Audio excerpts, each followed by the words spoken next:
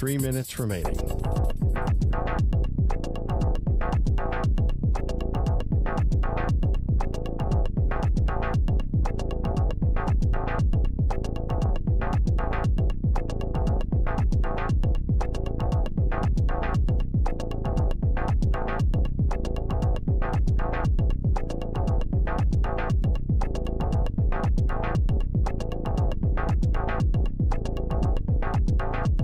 Two minutes, 30 seconds remaining.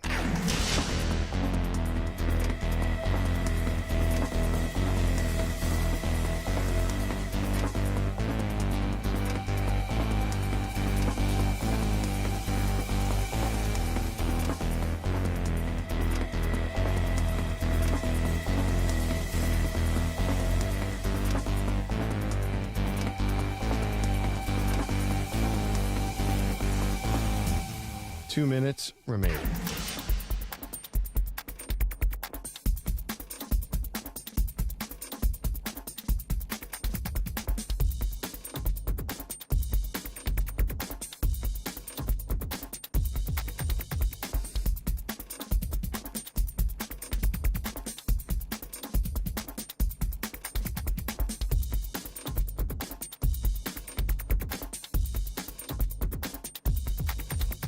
One minute, 30 seconds remaining.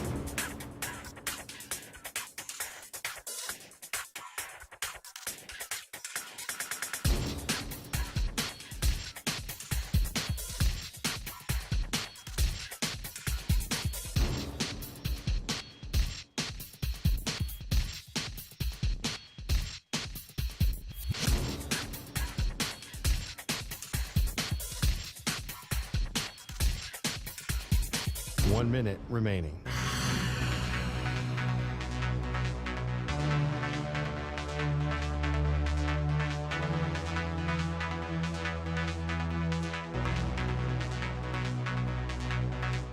Forty-five seconds remaining.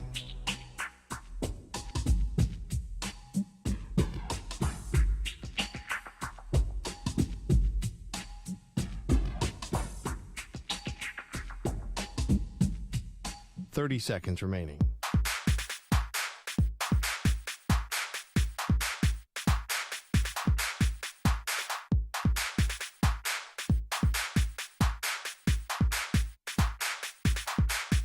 Fifteen seconds.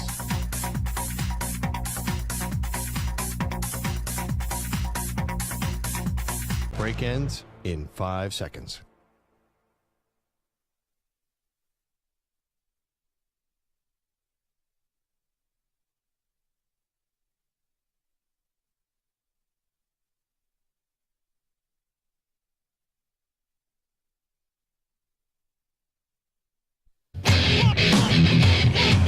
He's live. He's nationwide on CBS Sports Radio. This is the Zach Gelb Show.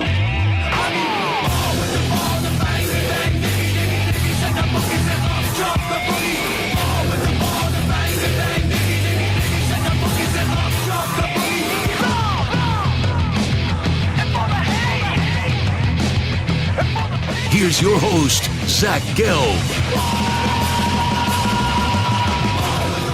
Live from the place you'll get not overly ostentatious Mandalay Bay Convention Center inside Radio Row. It's day number 5. We've made it.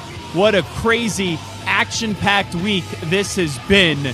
And we will end it off with a bang, obviously, right here on CBS Sports Radio for the Zach Gelb Show across all of our great local CBS Sports Radio affiliates, Sirius XM, Channel 158, the free Odyssey app, and momentarily will be up on YouTube, youtube.com/CBS Sports Radio. A lot cooking inside the Mandalay Bay Convention Center, and we have a loaded, and I mean loaded show for you today. Micah Parsons will be stopping by later in the program, Eli Manning, Adrian Peterson, Bijan Robinson, Arthur Blank, and so much more.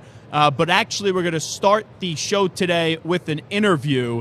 And earlier today, I was able to catch up with one of the greatest running backs in NFL history. He has the most rushing yards in NFL history. And that, of course, is Emmitt Smith. We will play your conversation with Emmitt Smith right out of the gate here on CBS Sports Radio. It is the Zach Gelb Show. All righty, welcome back in. It is the Zach Gelb Show, coast to coast on CBS Sports Radio. Now joining me, one of the greatest running backs of all time. All right, welcome back in. It is Zach Gelb Show, coast to coast. And every time he joins us at the Super Bowl, now joining me, one of the greatest running backs of all time. And every time he joins us at the Super Bowl, he brings us some tequila. And I still have this tequila in my apartment in New York City, and I'm slowly drinking it because it's so damn delicious. He, of course, is the great Pro Football Hall of Famer in Emmitt Smith. Emmitt, great to see you again. How you been? I'm good. How about yourself? Well, I'm doing fantastic. Appreciate you jumping on board with us. Let me start you out with the Cowboys. So it was one of those seasons again, great regular season, and then come postseason time, they just can't get the job done. But it didn't happen in the divisional round, didn't happen in the conference championship game to lose against the Packers. Just how do you process it all these weeks later? Well, I process it in the context of being extremely disappointed because I did not see a team that I truly believe had the capabilities of not only beating the Packers, but also had the ability to even make it to the NFC Championship game. But our play that particular day was just not even close to the level of expectations, not only for myself, but probably for the guys too. And I don't know why, but our team looked unprepared. And now we've seen this multiple times. Like you go back against the Niners 3 years ago, the first time they lost to San Francisco in the playoffs. McCarthy even said it before the start of the game that they weren't, or after the game, they weren't ready to go. Same thing happened a few years later. I know what you've said in the last 24 hours about Mike McCarthy, but that is mystifying to me why they bring him back as the head football coach in what appears to be kind of a lame duck year on the final year of his contract. Well, at the end of the day, it is his job to get his team ready to go. Yeah. And if you know that you made a mistake a couple of years ago against the Niners, why wouldn't you put more emphasis on not doing the same thing and changing it and making it work for you this time when you're back into the playoffs? I mean, those things right there should not happen. It should not happen. If you're going to get beat doing being your best, being at your best, or even giving it didn't even look like we gave the right effort. And so we tried things, but it just didn't happen. Everybody knew exactly what's going on the football field. The Packers came in and it just made us look bad. It was embarrassing. It was definitely embarrassing. That's what it is. And I know that you are someone that loves this organization. You want to see this organization do best, but man, it's been the same old the last few years. Emmitt Smith here with us. Who should be? Like, let's say you were making the hire. You had Belichick available. You had Pete Carroll available. Mike Vrabel was available too.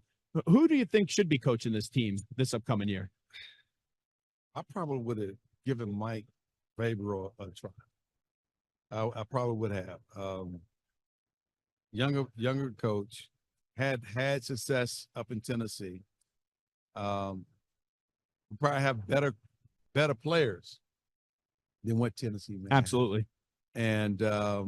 And so I think that overall we would have had a number of the pieces of the puzzle in place for him to come in and lead these young men. I'll take it a step further, right? Dak has 1 year left on the contract. I know it's an enormous cap hit, but Emmitt Smith, do you think they should just let this ride out and then see how this year goes before even potentially entertaining a contract? Yeah, I think so. I would. If we don't have to move anything right now, we don't have to do a whole lot. I would just keep things as they are. I don't think we need to be – Dak is going to be our long-term guy. I think we're committed to him, have been committed to him, and now we have to see this thing completely through. And it's not necessarily Dak is not capable of it. Oftentimes, coordinators have a chance to make a player look good as well as look bad.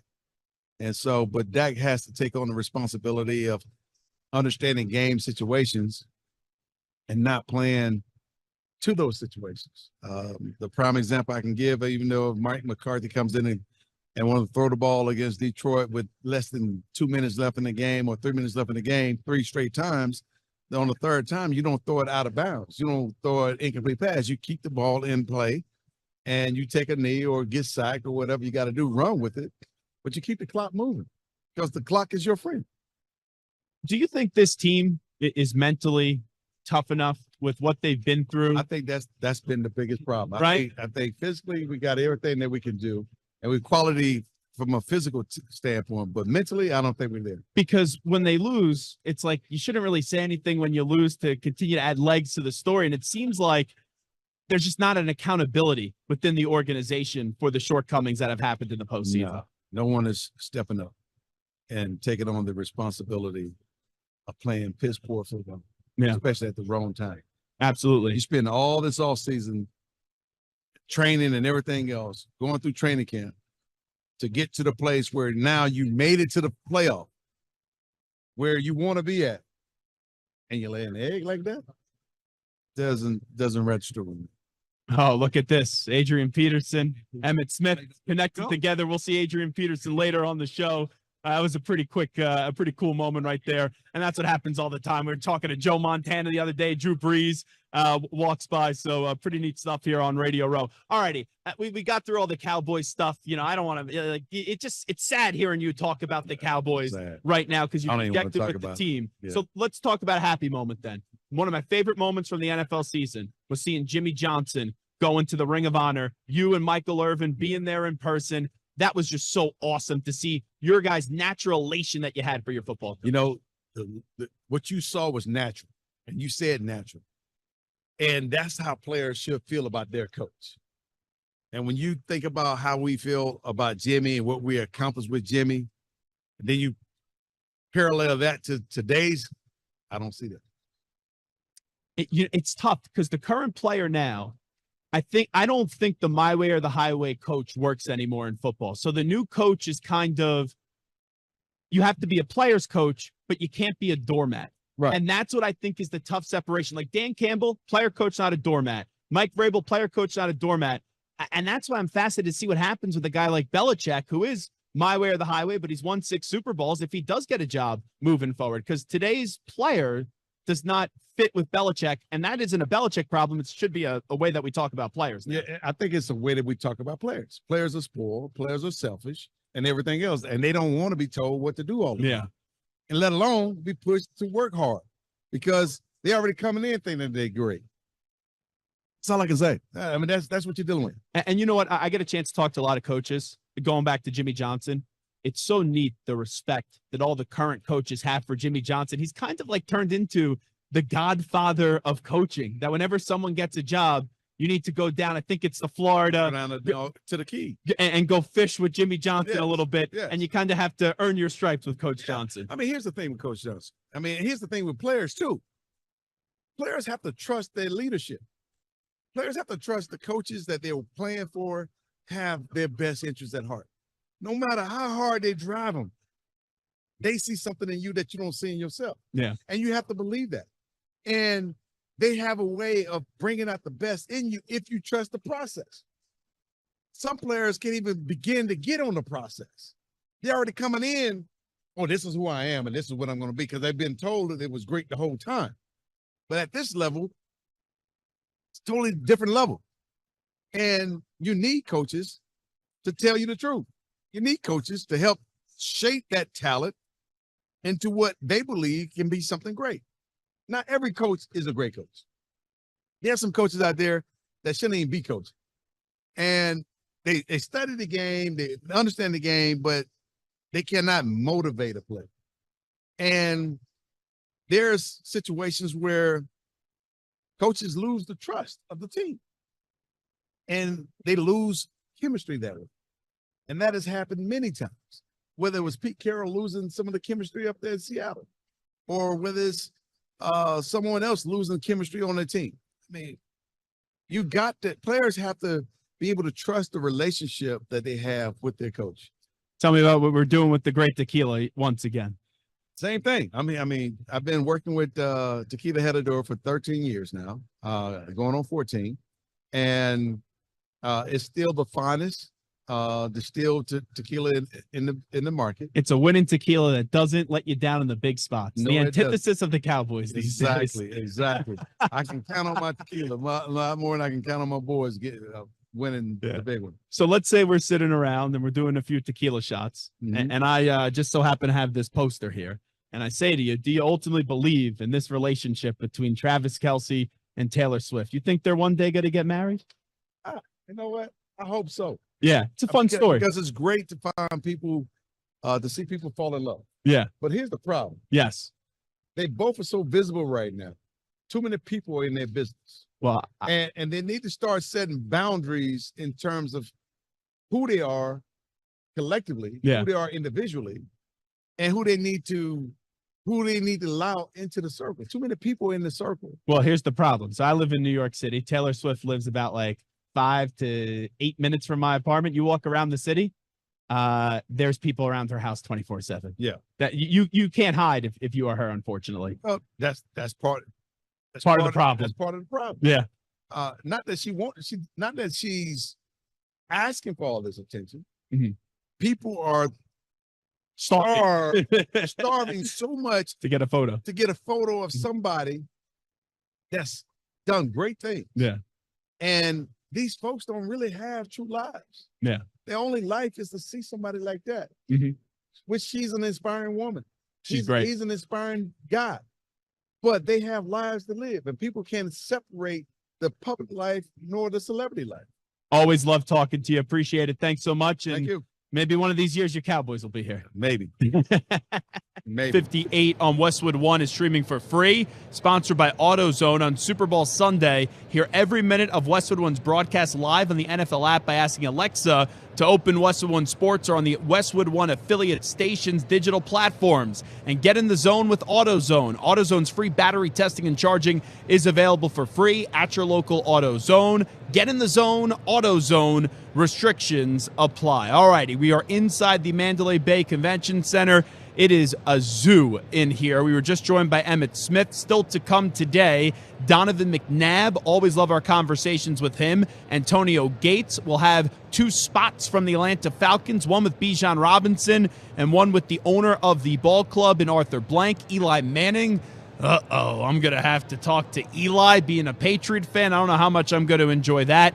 Adrian Peterson on set together will be Brandin Cooks and Stephon Gilmore. So busy day. We will take a break. Make sure you're following along on Instagram and Twitter at Zach Gelb. That's ZACHGELB. And we got more from Las Vegas as we get closer and closer to the big game on Sunday after these short messages.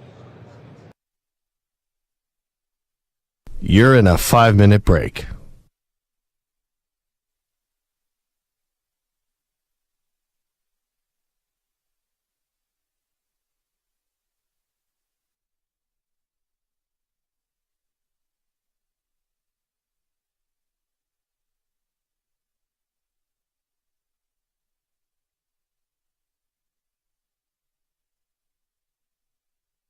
Four minutes, 30 seconds remaining.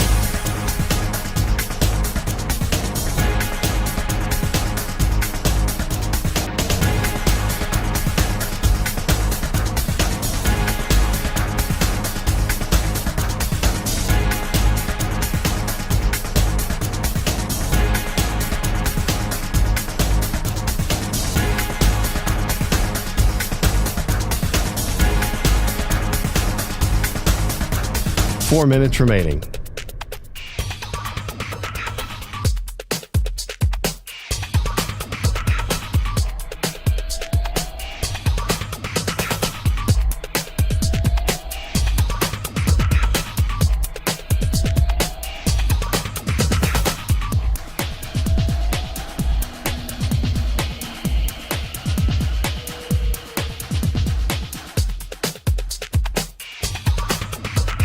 Three minutes, 30 seconds remaining.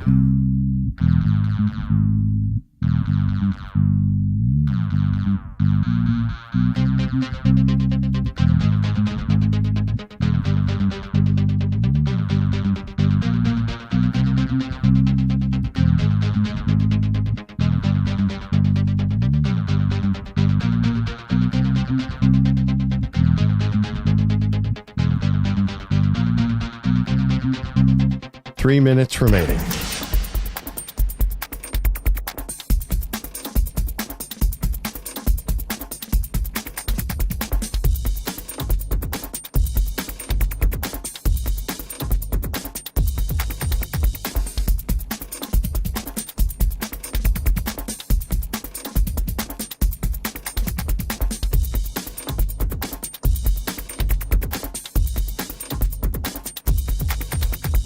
2 minutes, 30 seconds remaining.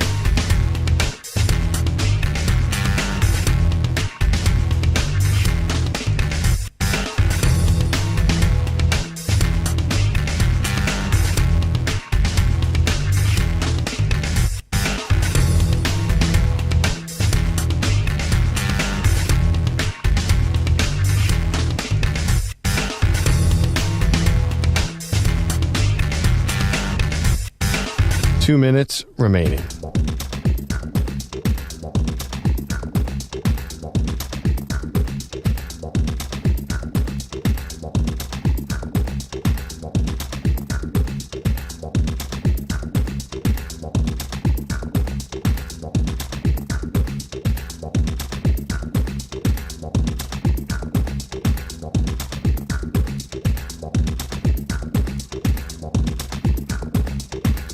One minute, 30 seconds remaining.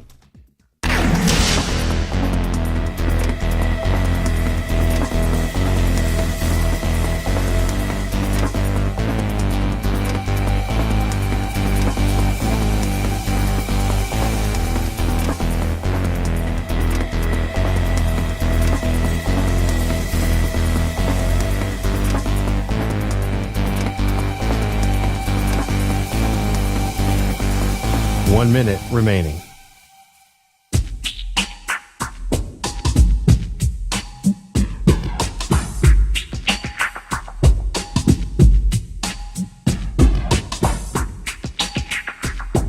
.45 seconds remaining.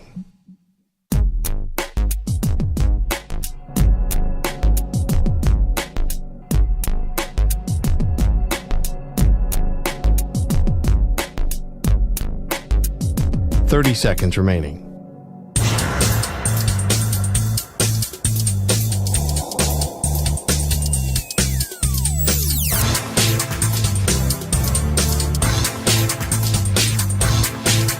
.15 seconds.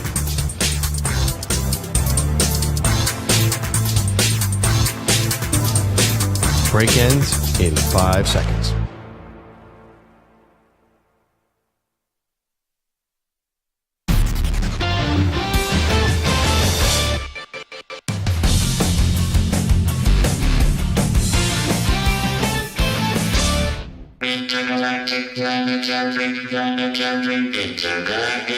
Now back to the Zach Gelb Show.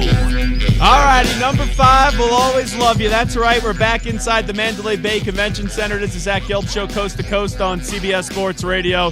One of my all-time favorites, Donovan McNabb, here with us.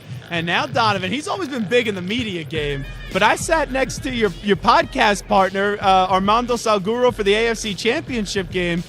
You better be on your toes because Armando's going to go after you each and every week. Listen, I make sure I put Armando in this place. You know, I know how to get to Armando, throw a few things at him, confuse him a little bit. All you got to do is go into the music, tell him to name an artist, or name somebody outside of Florida. He can't talk about basketball either. He can't talk about basketball either. I know he is. I love Armando. Armando's done a great job for me on the podcast. We have great chemistry. Have a great time. We're closing up our show next week, but it's still, man, it's been fun. We spent a week here together and getting a bunch of guests. We have Flavor Flav on the show. Oh, okay. And he still lost it. He went.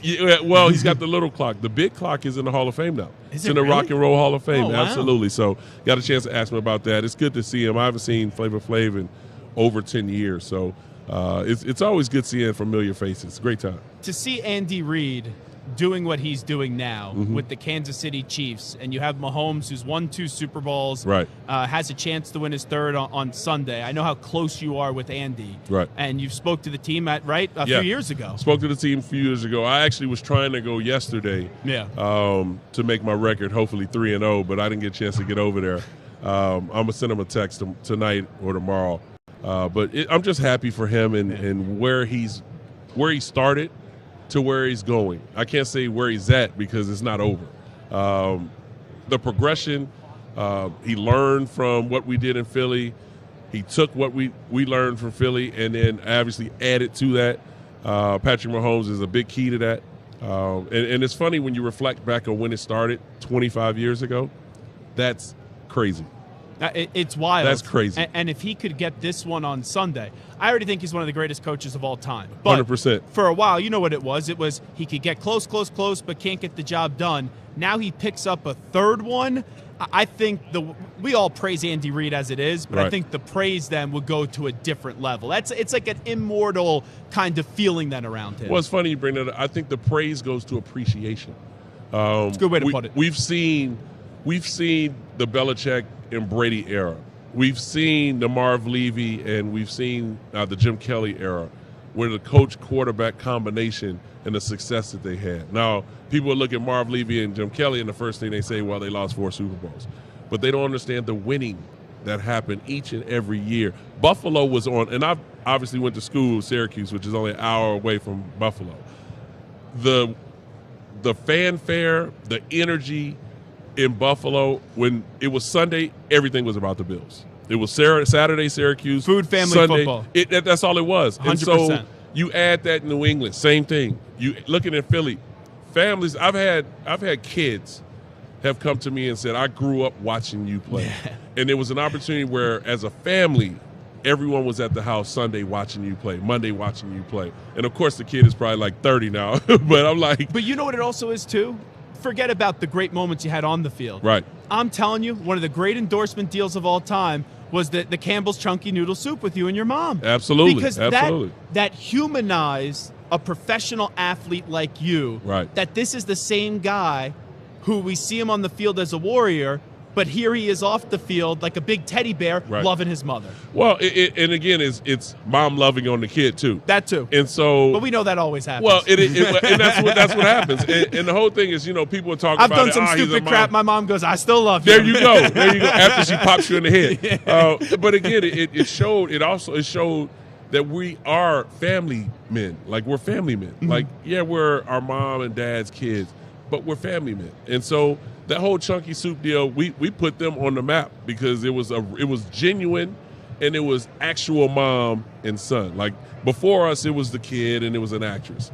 And we fought to change that, and my mom got on. And so now we got the Kelseys, in which we need to have a competition because, me and my mom versus both Jason and Travis and their mom, I think we'll come out on top. Well, here's the thing. It's underrated with Donovan McNabb. She talks a lot of smack. I love that. I love that. The smack talking between your mom and Donna Kelsey, I think would be better than any smack talking you, Travis, and Jason could have. Well, the problem with Travis and I, and like I said, I've talked to him many times. The problem with Travis and I is we get to laughing too much. And then there's Jason. Yeah. And then Jason's He's so slow. Yeah. Jason, guys, you need to calm down. Like, he's that guy. But the thing is, we always, like, as a quarterback, we take care of our big guys up front. And for a center, I love guys like that. Like Jason he's always smiling. He's having a good time. He likes to walk around with no shoes on the field. I love that. He's a man's man. Exactly. Caveman. He's a regular dude. He's a caveman. Then there's me and Travis. So it's like we're just having fun. And so I would love to have, if they did that, obviously it would take some contracts and some money in that. But to bring us all together, it would be outstanding. So do you think this is Andy Reid's final game? Because that's being floated out there. No, it's not. With Andy, he wouldn't hide that fact, and he wouldn't do it now. He's having so much fun in this run. And when you have a guy like 15 behind center, you have a chance. And so, every year. And that's the thing is people need to understand his coaching tree. The coaching tree from Philly is unbelievable. The coaching tree in Kansas City, again, sprouting out head coaches. Doug Peterson's a head coach. Matt Nagy was a head coach. Eric Bieniemy should be a head coach. Steve Spagnuolo was a head coach. Dave Tobe, who's the head of special teams, he was with us in Philly. He should be up for a head coach. And so the list goes on of different guys. David Culley, he was a head coach. Now we got different guys who played with me. And Greg Lewis. Greg Lewis was a receiver coach. Then he was a running back coach last year for the Super Bowl. Now he's in Baltimore. Todd Pinkston's a receiver coach, assistant receiver coach over there in Kansas City. So he's opened the door and paved the way for everyone, and he's bringing in more guys to give them that chance to gain that experience to hopefully get a shot. You now hear the way people talk about Jalen Hurts as Donovan McNabb is here with us. Totally different than when it was last year. And when a team collapses like that, quarterback is the first one they focus on. Not only that, but things come out about his leadership skills Oh and my his gosh. personality. How much of what you've been hearing in the last month, 2 months about Jalen Hurts is real, and how much do you just say it's bull crap? 100% of it is bullcrap, because this is the thing that bothers me. And from being in the position, it's never enough, and it's always more you can do. So as a quarterback, we're trying to do everything we can to, one, cater to different personalities we have, be well prepared, execute the plays, do it the right way, put the ball in the end zone, not turn the ball over. Everything that we're trying to lead by being the first one there, the last one to leave. The list goes on. And so when they were winning, he was the greatest leader out there.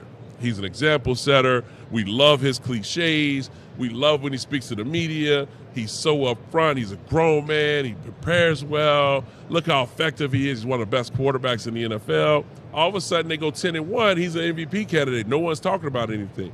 They start to falter, and this was happening to me by week 7, week 8. It was starting to fall apart, and I've seen it, and I called it out a couple times. They stopped running the football. They started featuring different guys. Defense was awful. They couldn't tackle, wasn't covering well. And they just weren't the same team. And everyone's expectation was so high from what they've seen at the Super Bowl run. Well, it's hard to get back there consistently and do it each and every year. But the first person they looked at was Jalen. Do you think that he can be more a rah-rah guy? He doesn't smile much. Maybe hang out with the guy. No, that's not him. That's not what you saw since he's gotten there. So why would he change? And then it's like, he's not the same guy out on the field. He was banged up a little bit. And he's trying to grow his game. Let's everybody just relax, because the same question can go to Josh Allen. The same question can go to Joe Burrow. The same question can go to Lamar. It can go to everybody. It can go to Patrick Mahomes this year. We can say, well, Patrick had like 15 interceptions this year. Well, he's not throwing anybody. That's happened to a lot of quarterbacks. You know what I'm saying? But where is Patrick now? Patrick's here in the Super Bowl. And so I think for everyone that points the finger at Jalen at this point is just trying to find an answer. And the first person they can say, oh, it's Jalen. And then they think they're good. Well, the first finger I point is at Nick Sirianni. Well, I don't think he should be the coach anymore. I believe he should. Okay. I believe he should. But I'm going to tell you why. Okay, go ahead. I'm going to tell you why, because he's another guy. Since he's got in the building, things have changed. The culture has changed. The attitude has changed. The approach has changed. They were winning. The one that I pointed the finger at, who should be not be on a hot seat, but is the one that's under fire, I know who you're going to say. Is Howie Roseman. I knew you were going to say that, yeah. He brought this talent in, and then they paid this talent that they had, and they kept guys a little bit too long. But here's the problem I have with that. Going into this year, everyone said, I love this roster with the Eagles. I love this team with the Eagles. And they should be a Super Bowl team. As they said that. Isn't that a good job by the GM then? As they said that, who was the one bouncing around like, yeah, that's me, yeah, GM of the year. That's what I'm saying. So if you're willing to stand in front of the camera and smile and gloat, you got to be willing to stand in front of the camera and say, I got to do a better job, because we haven't hit strong on a lot of our draft picks on a consistent basis. You know why selfishly I wanted Sirianni fired? Why? So Spike Eskin is my boss. His father is Howard Eskin. Howard. I know Spike. Yeah, Howard. And I know Howard. Howard hates Bill Belichick. Hates Bill Belichick like anyone ever before. I would have loved to have seen Bill coaching the Eagles, then having Howard suck up and kiss ass of Bill Belichick. That's what I wanted to see. Howard would have done that. Howard would have done that. And I'm sure Jeffrey probably looked and entertained that a little bit. But it was right to keep Nick. But the thing that kind of threw me off is, why you fire all your coordinators and coaches? That made no sense to me. So that's why I don't think he should be brought back, because here's why. It had to be an ultimatum. It either had to be because they did that to Doug. They did that to Doug Peterson. But here's the difference. Doug won a Super Bowl. Doug had the leg to stand on where he should say, stop treating me like I'm a puppet. I get to pick my coordinators. But that was funny you said that, because before then, they were trying to fire Doug. After the first year, they were like, I don't know if Doug's the guy. He's not vocal enough. Remember, I think it was, who was the defensive coordinator that was coaching, or defensive line coach that was there? Oh, Jim Schwartz? Jim Schwartz. They wanted him to be the head coach. Mm-hmm. He's got the pulse of the team. Like 5 weeks into the season. Exactly. Yeah. They were trying to fire Doug.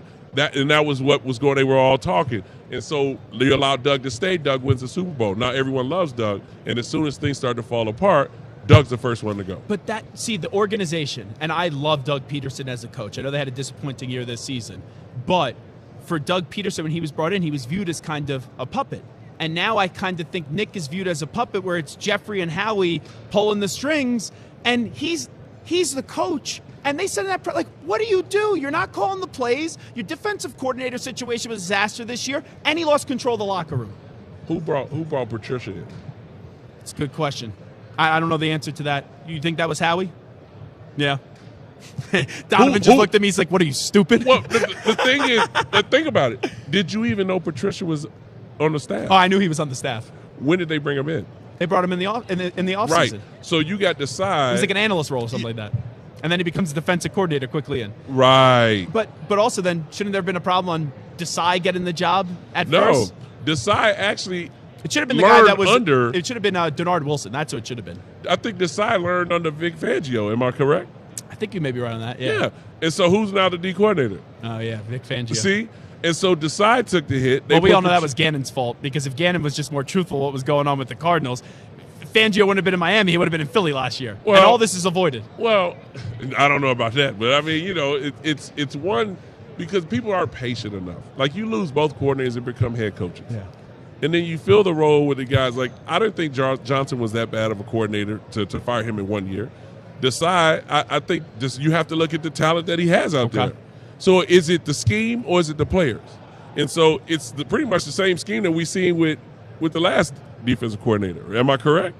Yeah, you're not wrong. And so now you look at, they've lost a lot of guys. Lost safeties. Both of their safeties are gone. Lost a linebacker.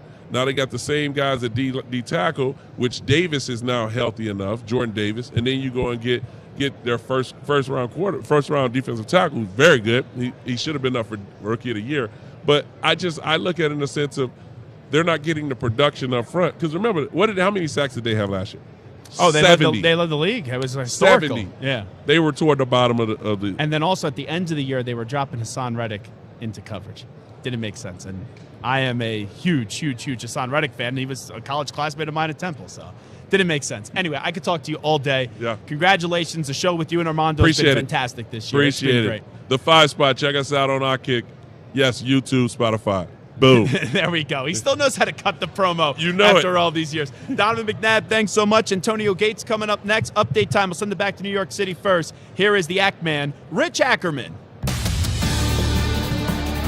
CBS Sports Radio. Sports Flash. Oh, Super Bowl 58, a little more than 48 hours away as the 49ers look to dethrone the Chiefs for all that has been made of Patrick Mahomes and the Kansas City offense. The 49ers boast the NFL's Offensive Player of the Year in Christian McCaffrey. However, the game is about the quarterback, and McCaffrey holds his, Brock Purdy, in high regard. He's the leader of this team.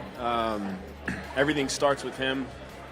He's one of the best players I've ever played with. And to be able to do it just in his second year, I think, what he's done, not just if you look at the numbers, and you didn't put his name at it, you would be in awe.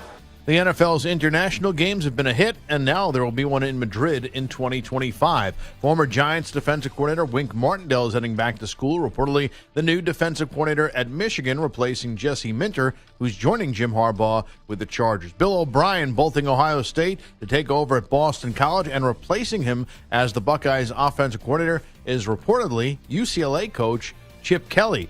Corey Kluber announced his retirement after 13 Major League seasons. He won the Cy Young Award twice in his 9 years in Cleveland and won 20 games in 2018. I'm Rich Ackerman. Hey, this is Bart Winkler. I've got a new show weeknights. Join me for the Bart Winkler Show starting at 10 p.m. Eastern, 7 p.m. Pacific, only on CBS Sports Radio. CBS Sports Radio.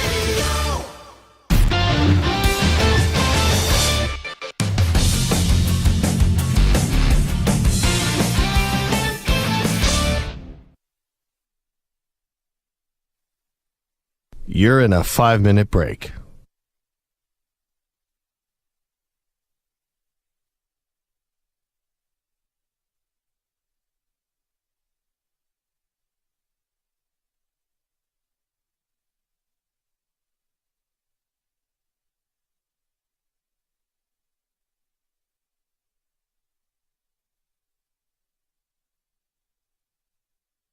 Four minutes, 30 seconds remaining.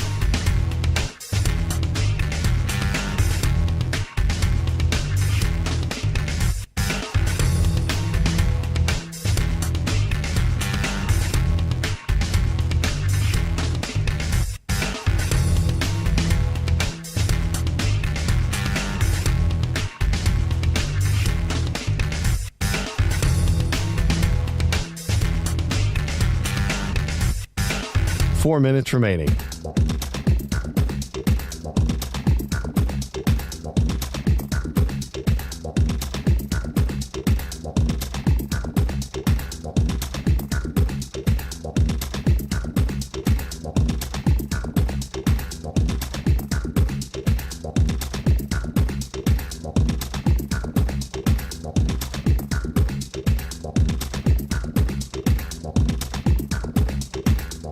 Three minutes, 30 seconds remaining.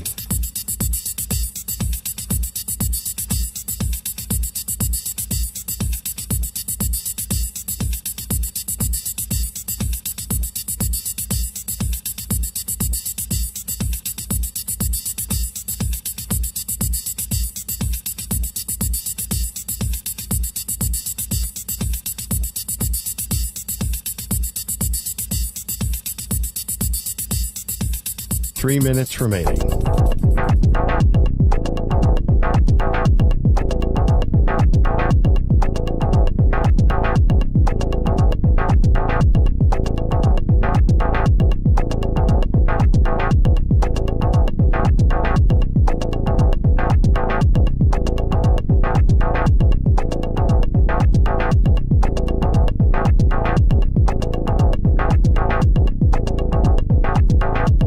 Two minutes, 30 seconds remaining.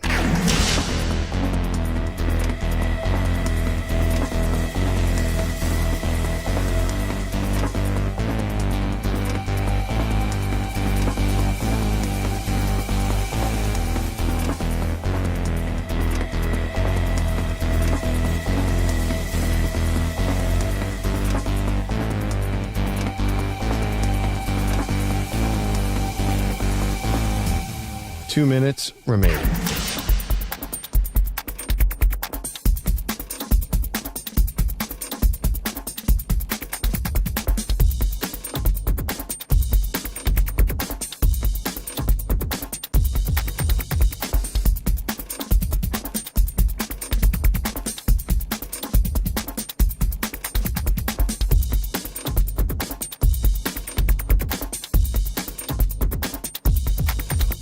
One minute, 30 seconds remaining.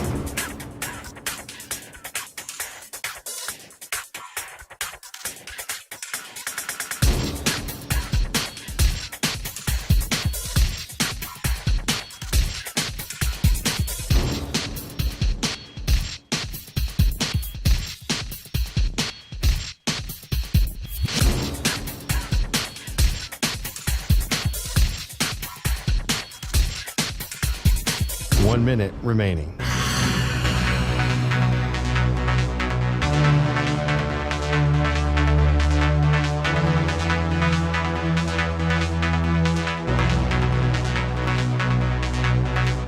Forty-five seconds remaining.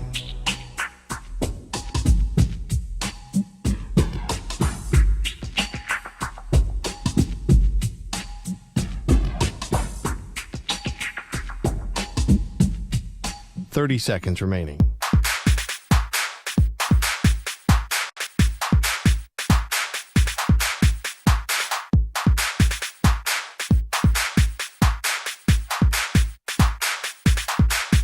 Fifteen seconds.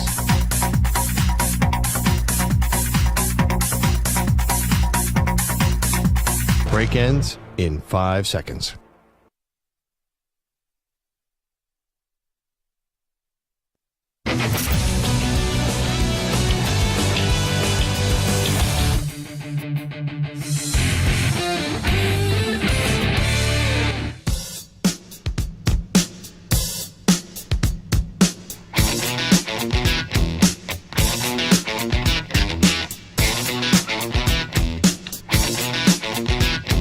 Now back to the Zach Gelb Show.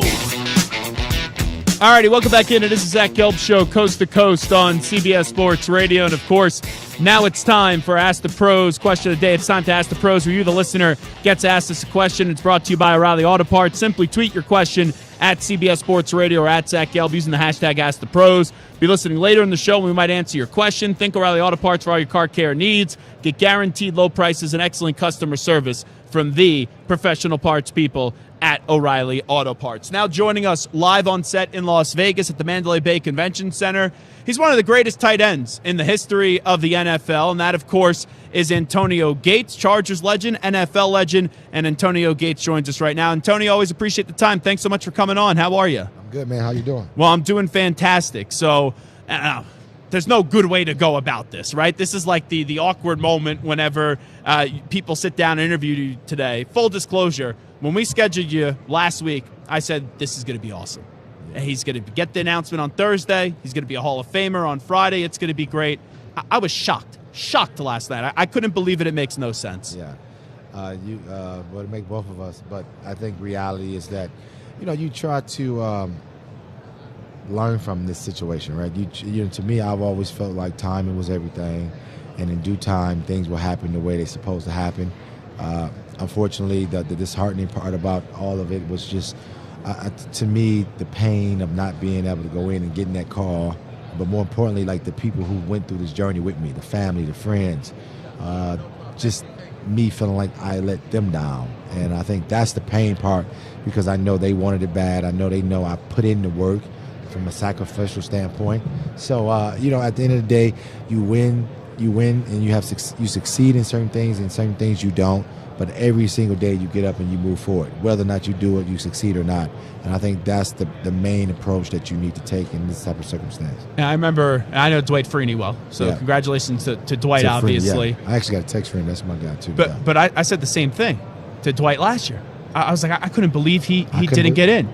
And then it happens the next year, and it's a weird process. I said, Dwight Freeney didn't get in? I know, right? It was crazy. I said the same thing. And for someone like you, everyone, you say, there's some people that get called legendary, and it's like, all right, they're not really a legend. You are actually, with your story and what you did on a football field, you're a legend. So we all know it's inevitable. We all know it's going to happen. But it's just a weird spot because you retired 5 years ago. There's nothing you could do to continue on the stats and add on to that, nor should you need to. So it puts you in just like an awkward position. It does, man. Like I said, man, it's one of those things. It's just you control what you can control. And I think that's you doing what you know.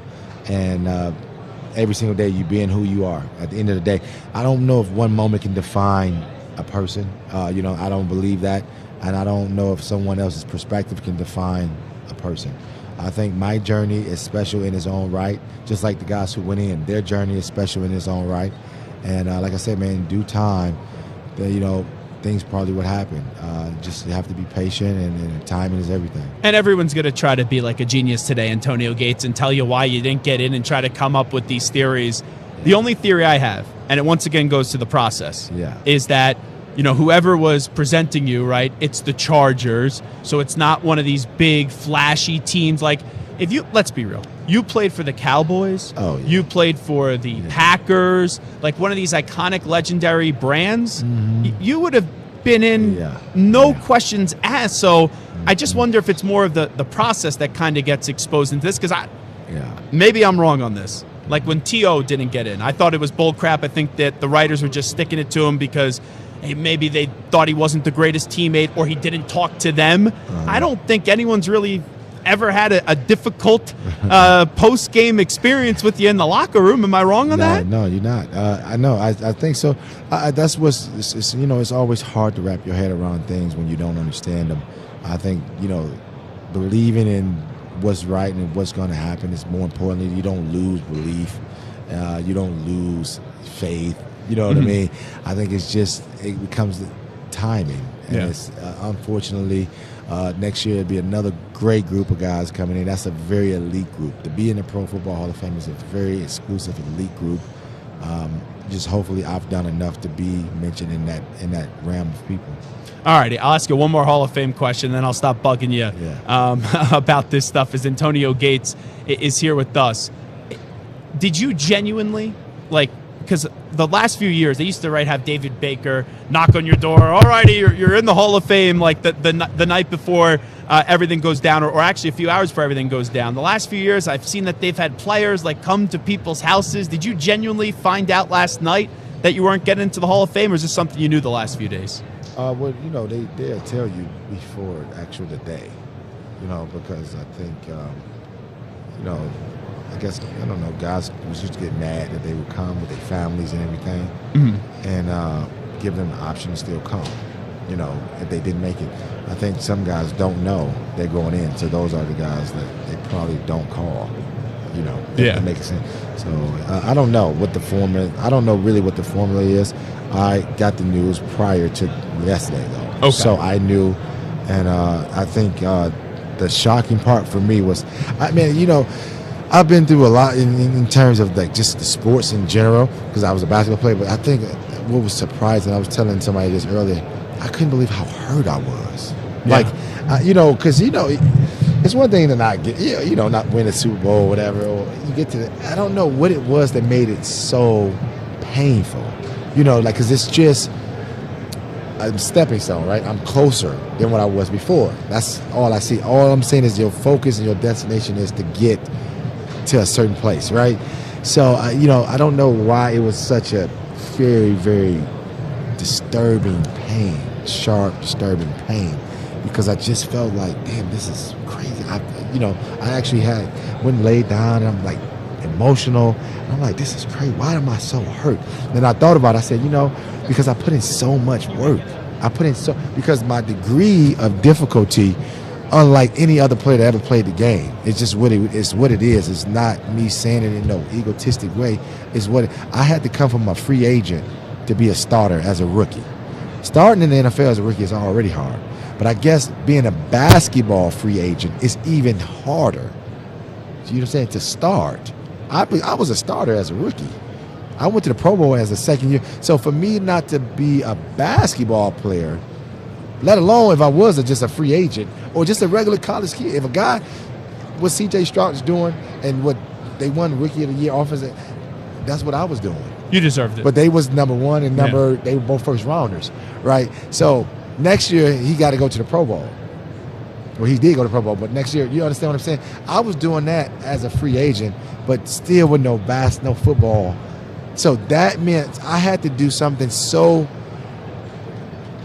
like eye-warming to the coaches that have forced them to say, you know what, he's a basketball player, start him. Do you understand what you got to do to become a starter?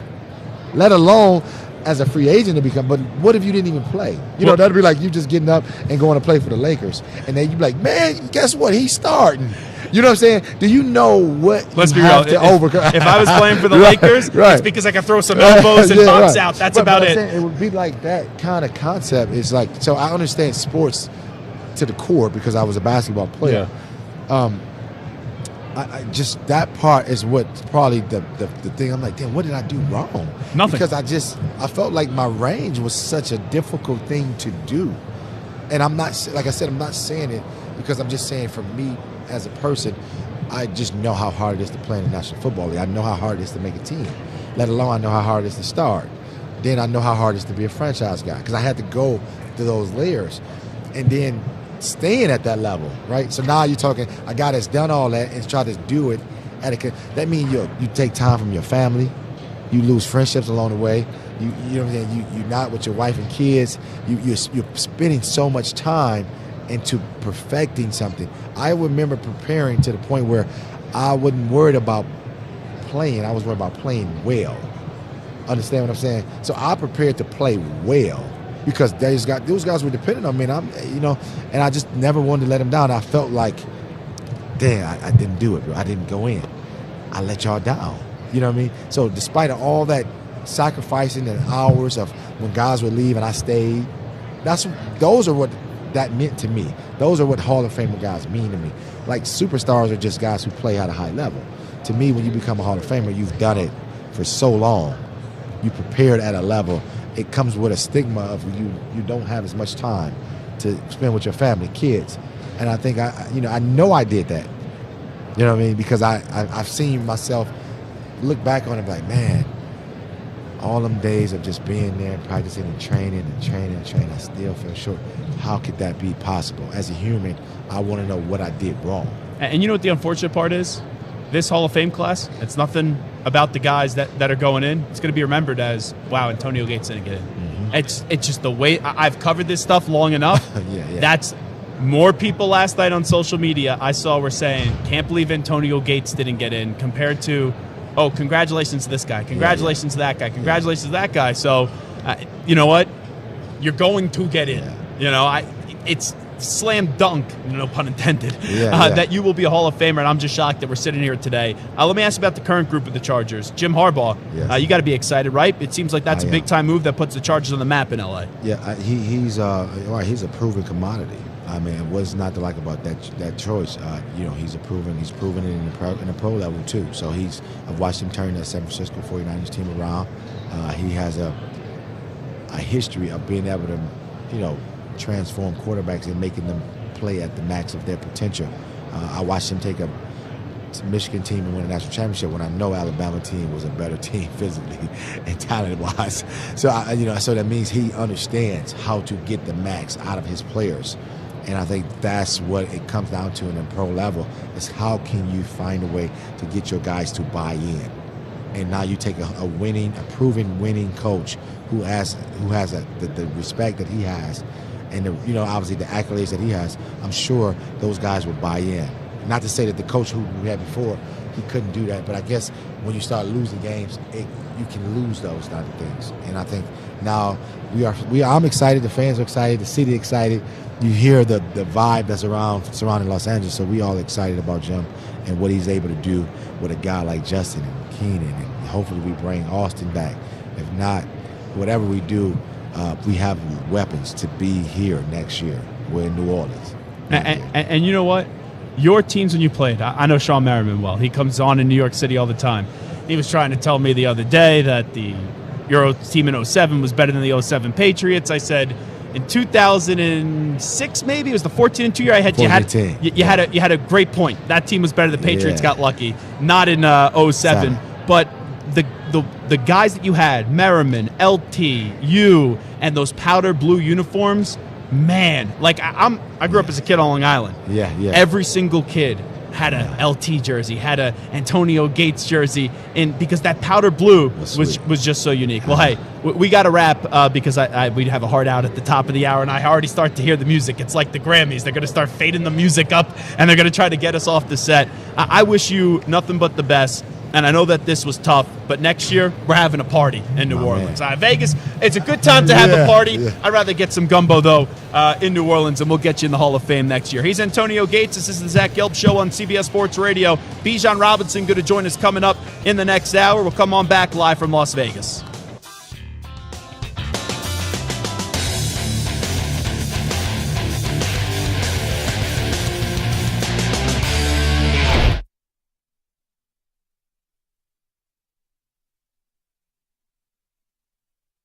You're in a 5-minute break.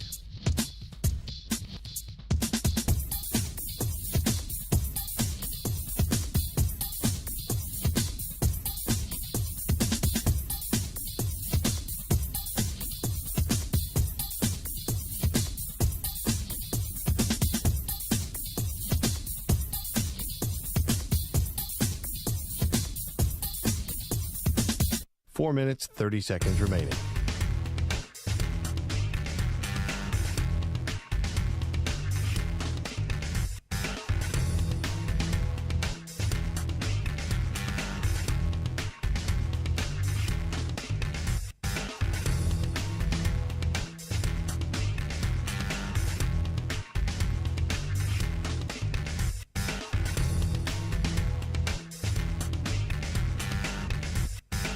Four minutes remaining.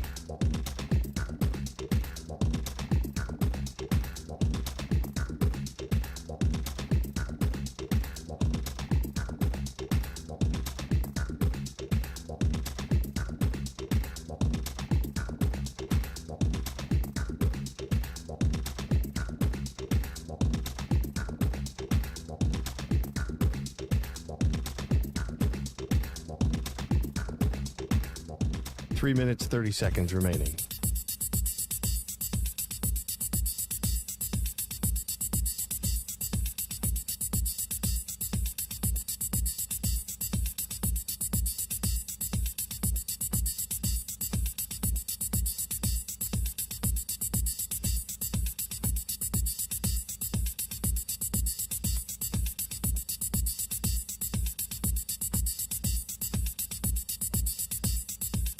3 minutes remaining.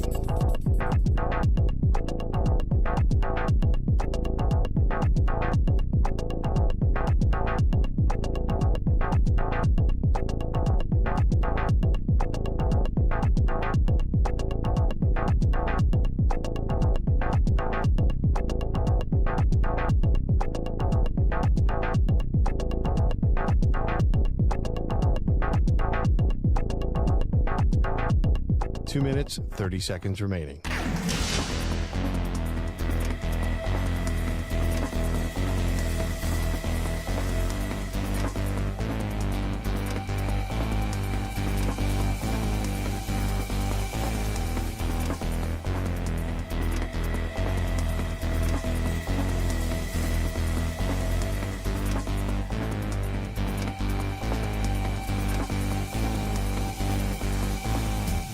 Two minutes remaining.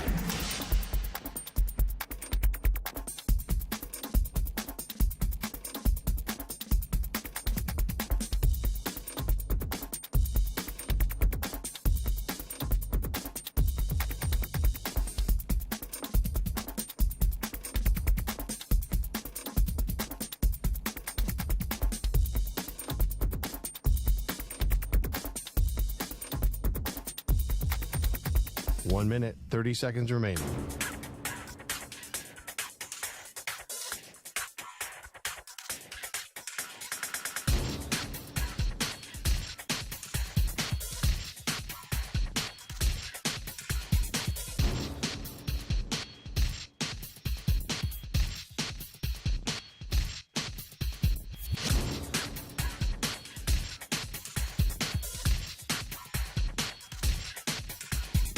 One minute remaining.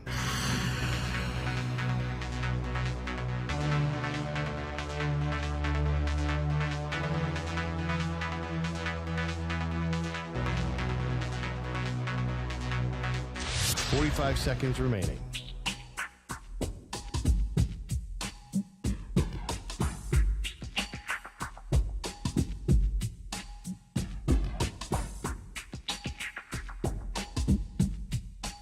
Seconds remaining.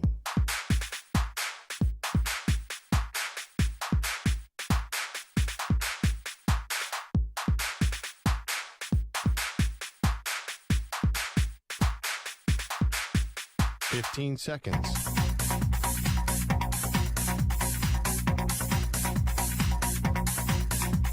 Break ends in 5 seconds.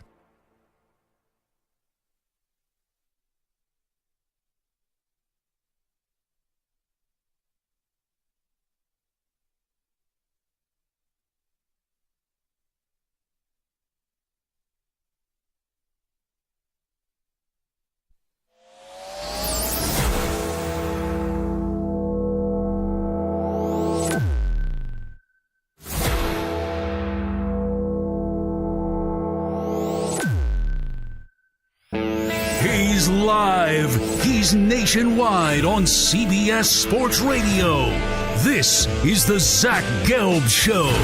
All righty, hour number 2 of our radio program. That's right, it is the Zach Gelb Show, coast to coast on CBS Sports Radio. I think this is turning into the Atlanta Falcon hour because not only is Bijan Robinson sitting to my left, but coming up in 20 minutes, the man that pays Bijan Robinson, Arthur Blank, is going to join us. Bijan Robinson joins us on behalf of C4 Energy. Bijan, first off, it's a pleasure to meet you and see you in person. Thanks so much for doing this. Yeah, man. I mean, it's a pleasure to be here. It's just fun to get to experience all this stuff, man, and just get here and just be able to get to talk to you.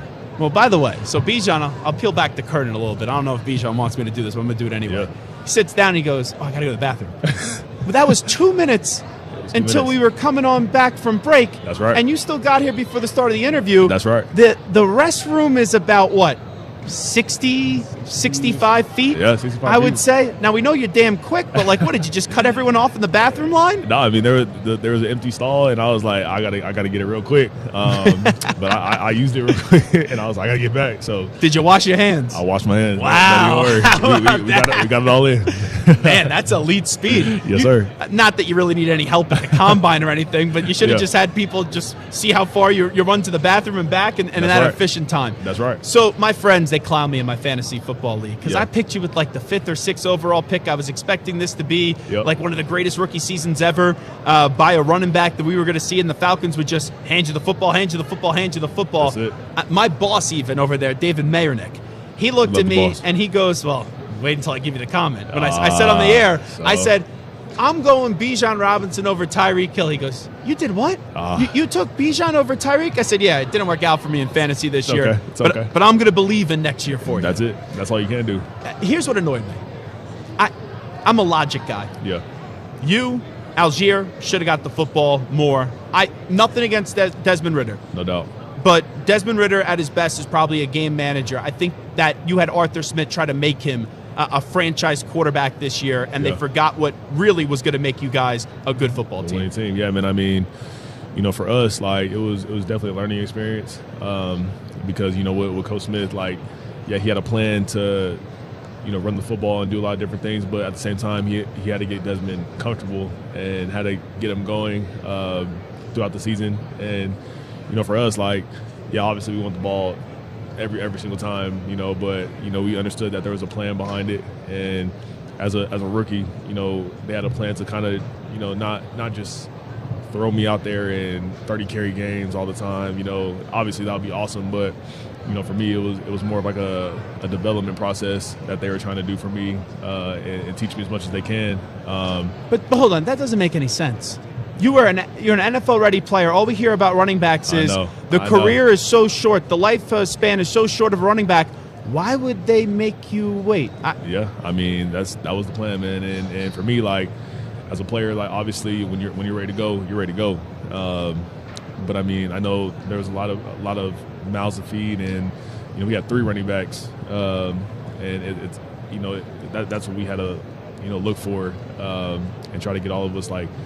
The right amount of touches and carries, but that was Coach Smith's plan, man, and obviously I love him as a person. Like we done some great things in the offseason of communicating and him trying to get me ready, but I know sometimes we want to win these games, man, and we can't really think about the other things besides that. Bijan Robinson joining us. I know the contact this time of the year is so bizarre. So you have a new coach. Everyone expects you to be a Raheem Morris expert. I know he's been with the organization before, but you just wrapped up your rookie year, and he wasn't there. That's right. So what was the initial impression? Because it felt like it was going to be Belichick, right? That's what everyone was saying. That's what everybody was saying. And then it ends up being Raheem Morris. Yeah, man. I mean, Raheem is right when he got the job, like 15 minutes later, he called me, he FaceTimed me. Oh, really? And I mean, when he answered, he was like, "Hey, B, like, let's get this thing rolling." And right when he said that, like, something in me, like my heart was just like, "Oh, this is the guy. Like, this is the guy that's gonna, get this team together." And he already has a great amount of talent on the team, and I feel like we needed him to construct this whole, football team and to bring that energy and to bring that liveliness that I feel like we kind of been missing. This past year, but with him, you can tell like off the bat, he's ready to have fun, to do it the right way, to bring in that young vibe of culture. And nothing against Bill Belichick, like I feel like he's the greatest coach of all time, but I feel like that's not what we needed for this team right now, just because of the young talent on the team that we're trying to do some great things with Raheem and what he's going to bring for this team. When you say that, you're saying you just thought the group needed a younger coach? Yeah, just a younger, more lively, like type of guy that we can, obviously, we'll want to play for Bill, and I respect his style of how he coaches, but I feel like just in today's game, what Raheem brings is kind of what the vibe. It's kind of what the vibe is that we want in the building. Wrap it up with Bijan Robinson. We'll talk about C4 in just a bit. No disrespect to Desmond Ridder. No disrespect to Taylor Heineke. I call him Taylor Ham Heineke. Like I love Taylor Heineke. You guys need a starting quarterback though. Yeah. Kirk Cousins going to be available. I know he's coming off the injury. No doubt. I think that's a good fit for your organization with the pieces you have on offense. What do you think about that? Yeah, man. I mean, whether it's him, man, or I heard been hearing Russell Wilson, like. I feel that those guys are obviously very experienced, and they know how to manage the game. They know how to play some ball, like have fun doing it too. And I think that with this new offense with Zach Robinson, he's been having Matthew Stafford for the times that he's been there, and he's obviously done an amazing job. So I think if we get like a Kirk Cousins or somebody at quarterback, then he's going to make them feel extremely comfortable from day one. And the quarterback has guys around him that will have his back and that will fight and play their hearts out and have a lot of talent around them. So I think it's going to be a good fit with whoever we have. But I'm excited to see it in these next couple weeks or a month or so. Let's just say I'm Terry Fontenot and I call you up and I go, Bijan, you want Kirk or you want Russ? What do you say? That's not my place. I'm gonna say whoever best fit for this offense. But I know Terry's gonna make the right decision though. I saw Kyle Pitts the other day. Yeah. Has he just not been used properly? Because I look at him and I'm like, I remember what he did at Florida. This dude should be a dog on the field. Yeah, I mean, I think even with Kyle, obviously he had to overcome some injuries, man, and even this past season he was just getting over an injury. But I know when you have a guy like that, and that should be an absolute freaking nature at the tight end position. I think that was another thing that was important because he hasn't been having the seasons that I know that he wants. But I know that this year, with what we have now, I think he can be an amazing talent and he can take over the league at the tight end position. And something I thought was underrated about your team, and full disclosure, Bijan Robinson's here with us. I picked you guys to win the NFC South before the season started. Yeah. The defense, though, and I know Ryan is going to Jacksonville. I know. That defense performed better than whatever I could have imagined the jump they made. Yeah, man. And that young secondary, and Bates was a big signing, too. Yeah, He's a phenomenal football player.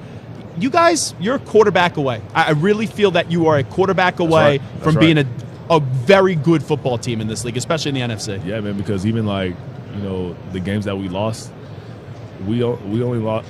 The games that we lost by either 3 points or less. And it was all in the last second of the game.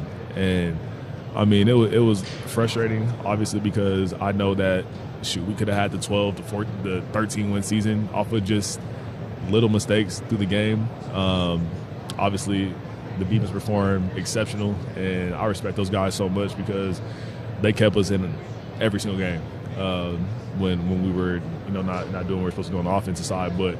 I think that, when we have that complete offense, like you just said, and then with the defense that we have, I mean, the sky's the limit. It could be the best Atlanta's ever seen. So that's definitely a prayer of mine that we're about to get it going. But we all feel it in the building and in the city too. I need you to enlighten me on your alma mater, or where you played your college ball. Hold on. We'll get there in a second because you Texas fans are a little sensitive. I know you played for them. I'm not a Texas hater whatsoever. It's all good. But Rodney Terry, the basketball coach, he got so sensitive over the horns down. That's right. So yesterday I see Brian Jones walking around here, and Brian used to work here at CBS Sports Radio, and I knew this would annoy him. He just jumped on set. I go, horns down. Yeah. And he punched me right in the chest. Yeah. Well, why are you guys so sensitive with the horns down thing? We just have pride in our school, man. And I mean, horns down, it's just not a good look. It's not a good look. Do you actually, when someone goes like this, do you your eyes just lit up? You actually get disrespected by it. It's like, why did you have to do that? You could have done anything else but that, So you rather have someone give you the middle finger than horns down? I would love that, or like a thumbs down or something like that. Yeah. Okay, horns, but it's just the horns down. It's just it's obviously the sign of disrespect for Texas. Yeah. And I mean, we got to look at it all the time.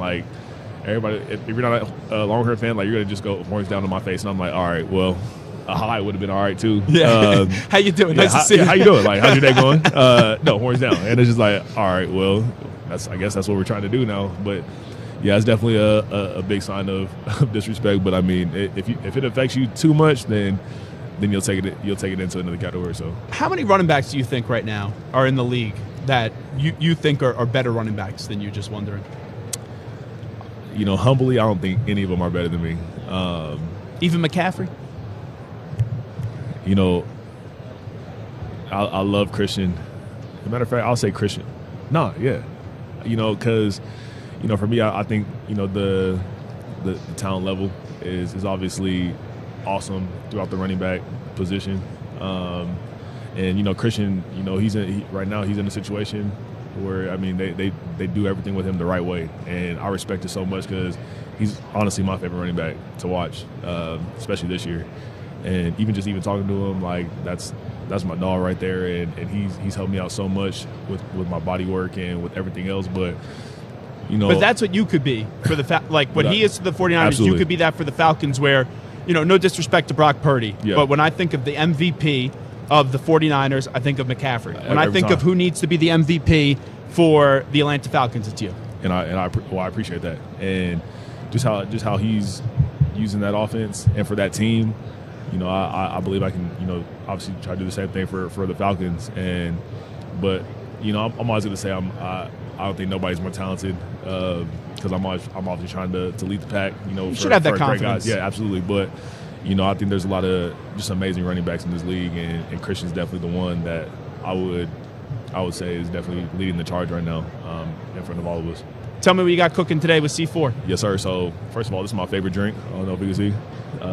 This is the one right here. It's the Performance Energy, and I think with C4, man, I think it's definitely a very good energy drink, not just for athletes, obviously, but just for everybody, every working day people like that need to pick me up and that need something to boost them out. And I feel that it's not smart to drink energy drinks before working out at a gym or anything, but I think with C4, it's actually pretty good for you to get your blood vessels going, get your muscles going, get your heart pumping for whatever exercise you need. So C4 is definitely the brand to go to, especially now in today's age.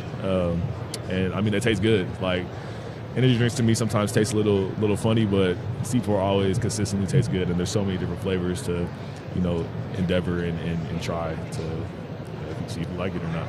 You actually wash your hands? I actually wash my hands. Oh, okay. Well, nice to meet you. Yeah, absolutely. Appreciate it. Cool. Thanks so much. Yeah. He is Bijan Robinson Yep. joining us on Radio Row. We'll take a break. We'll come on back. Micah Parsons from the Cowboys could have stopped by. Yes, sir. You're in a 5-minute break.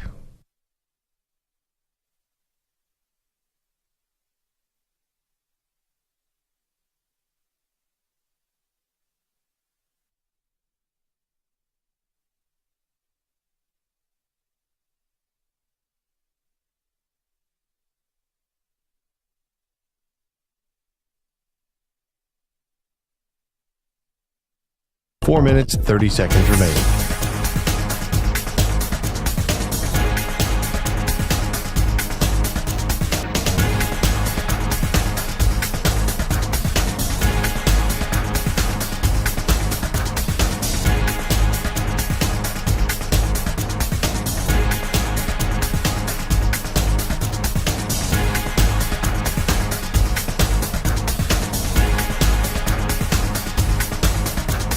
Four minutes remaining.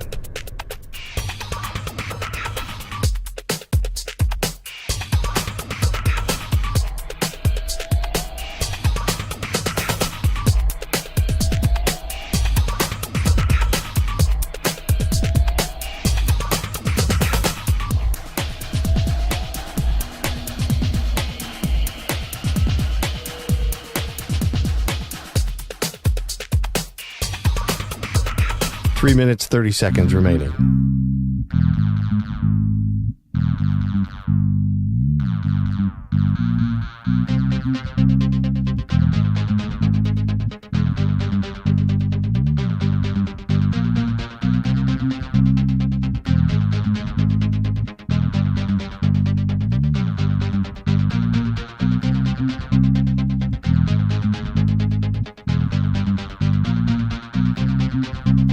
Three minutes remaining.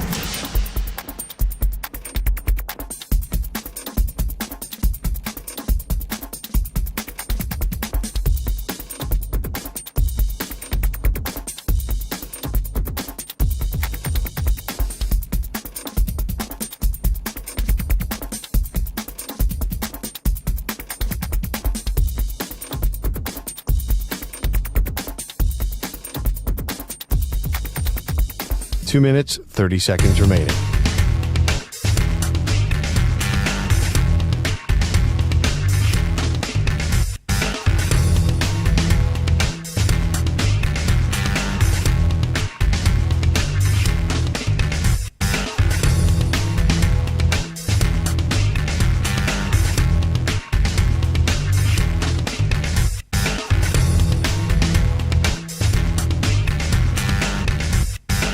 2 minutes remaining.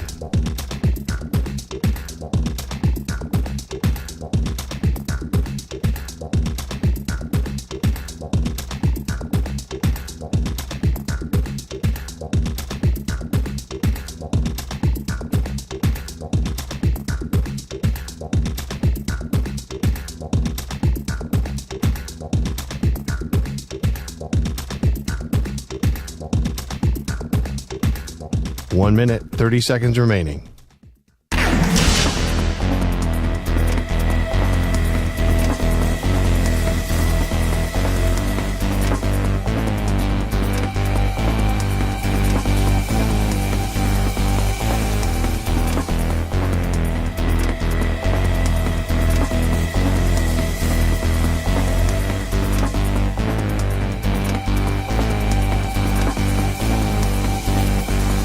One minute remaining.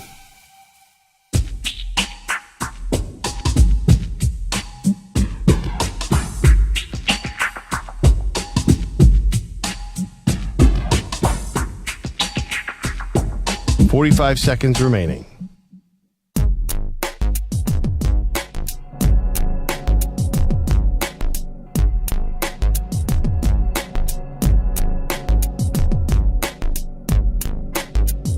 Thirty seconds remaining.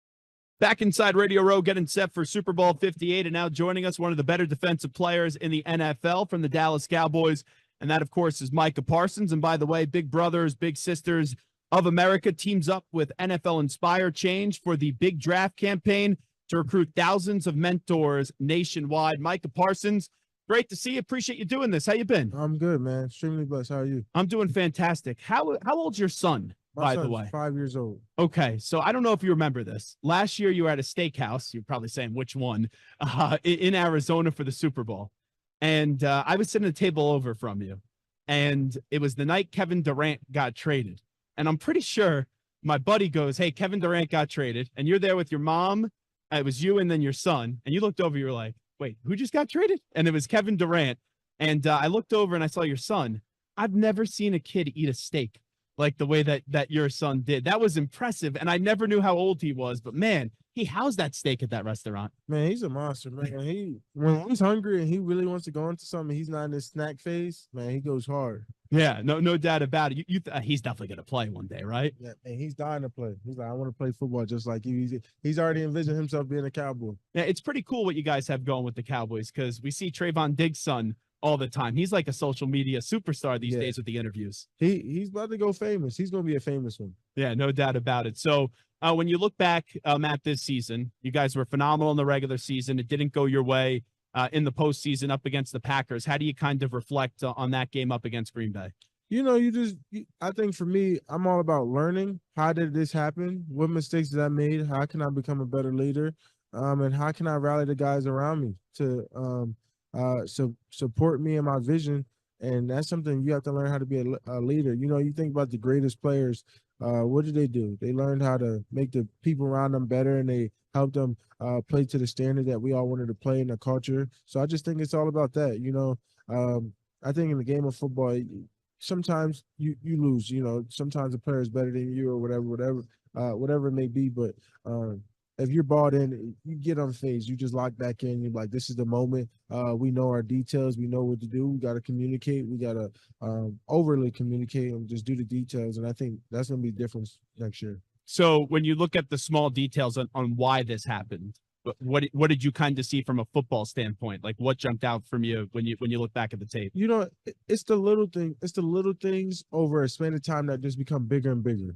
People want to be their own identities. People want to outgrow themselves. People always want to make the splash plays. People want to, you got to think about the Cowboys. We live on big plays. We live on a lot of momentum and things like that. So sometimes you forget. Sometimes you just got to take one step forward. Talking to Micah Parsons right now, you'll have a new defensive coordinator this year, Mike Zimmer. What was the reaction when that news came down the other day? It was good. I'm just happy that we finally got a DC and kind of get the media out the way because obviously Dan's departure. But super excited to meet him. I'm ready to see the scheme. I'm ready to learn, and I'm ready to be a dominant player. Well, we all know that you're a playmaker. They could put you anywhere and you'll go make plays. What do you think, though, is the best way that you should be utilized with Mike Zimmer? I think I should be utilized all the way to the field. I think Dan did a great job. Don't get me wrong. I don't think I don't want that to be misunderstood. I'm a top 3 finisher, 3-time All-Pro, 3 Pro Bowler under Dan Quinn. So, Dan moved me around amazingly. I just think, I just got to keep moving around, find ways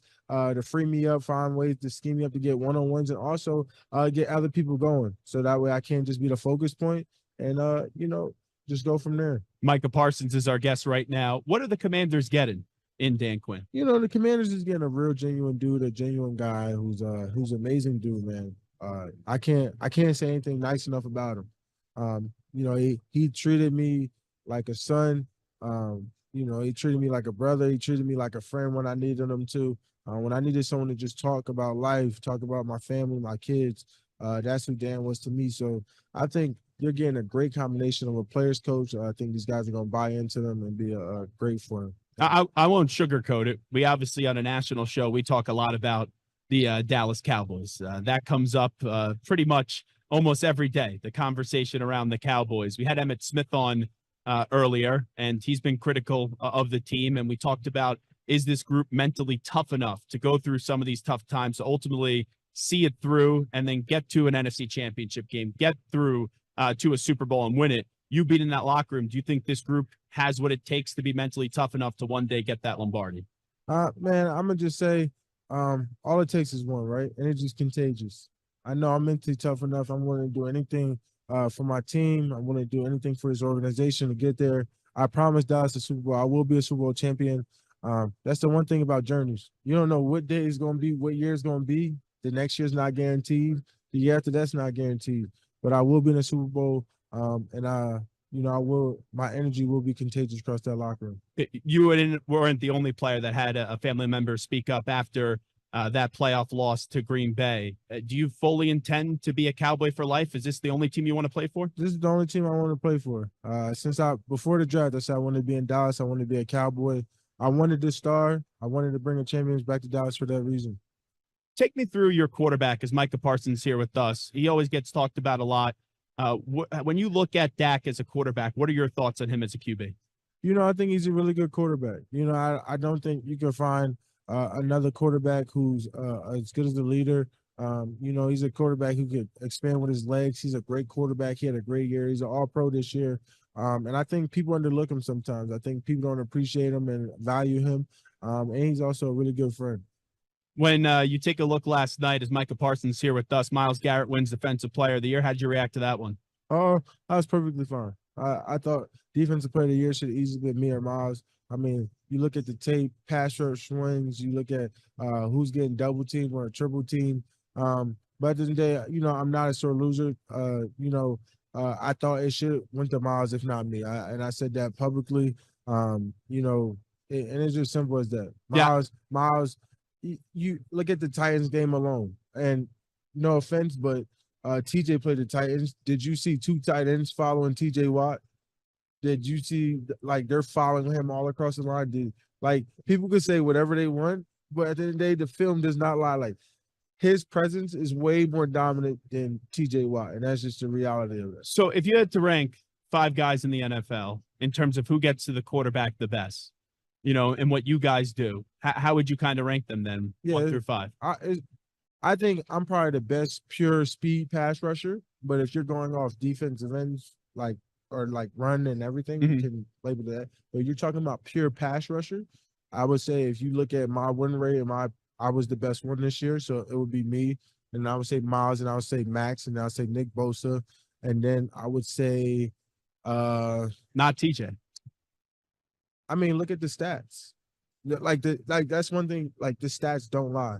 He was not top. I think he might have been 5th or 6th. Alex Highsmith, I think, had a better pass rush rate and a more double team rate than TJ Watt, if you really want to be statistically. Like, this isn't my stuff. Like, I'm not just pulling this out my ass. Like, look at the stats. So the only thing I'm just going to say about this is I just know when you say something like this, what the reaction is going to be. People are going to think that you and TJ Watt have some beef and stuff like that when you get the Cowboys and the Steelers fan bases all intertwined. There's no beef with you and TJ Watt. There's no beef at all. One thing I hate about the NFL community and NBA community, we just hate when someone else wins. Like, when I lost to TJ, I did not go in and say I got snubbed. I just said I'm going to go to work. When I lost to Nick Bosa the year after that, I did not say I got snubbed. I just said I'm going to work. You know, when, like, the biggest mistake in people is that they're saying that someone is not deserving. Who are you to say someone's not deserving of an award of that magnitude? It seems like, and I listen to your podcast a little bit, as Micah Parsons here with us, wrapping up with the Cowboys star on CBS Sports Radio. It is the Zach Gelb Show. It seems like you get annoyed a little bit with the coverage surrounding you and surrounding the Cowboys.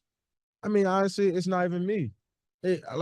No one was coming at me because I didn't win the award. But if I won the award, they would have said I wasn't deserving. I didn't deserve it. Yeah. But I don't just look for my shoes. I look for Miles. Like, this man's a human too. Like, why isn't everyone supporting this man or congratulating this man? People are shaming him, saying he wasn't good enough, or come on, like, as people, as humans, like, who are we to do that? And everyone could have an opinion, but if you would have told me that it was you, it was Miles, even if it was TJ or Max Crosby, I can't really argue it. Yeah, we don't appreciate, we just don't appreciate it. Like, you'll never get as many as good rushers as you have in the league right now as the 5 that you could put me, TJ, Miles, Max, Nick, whoever.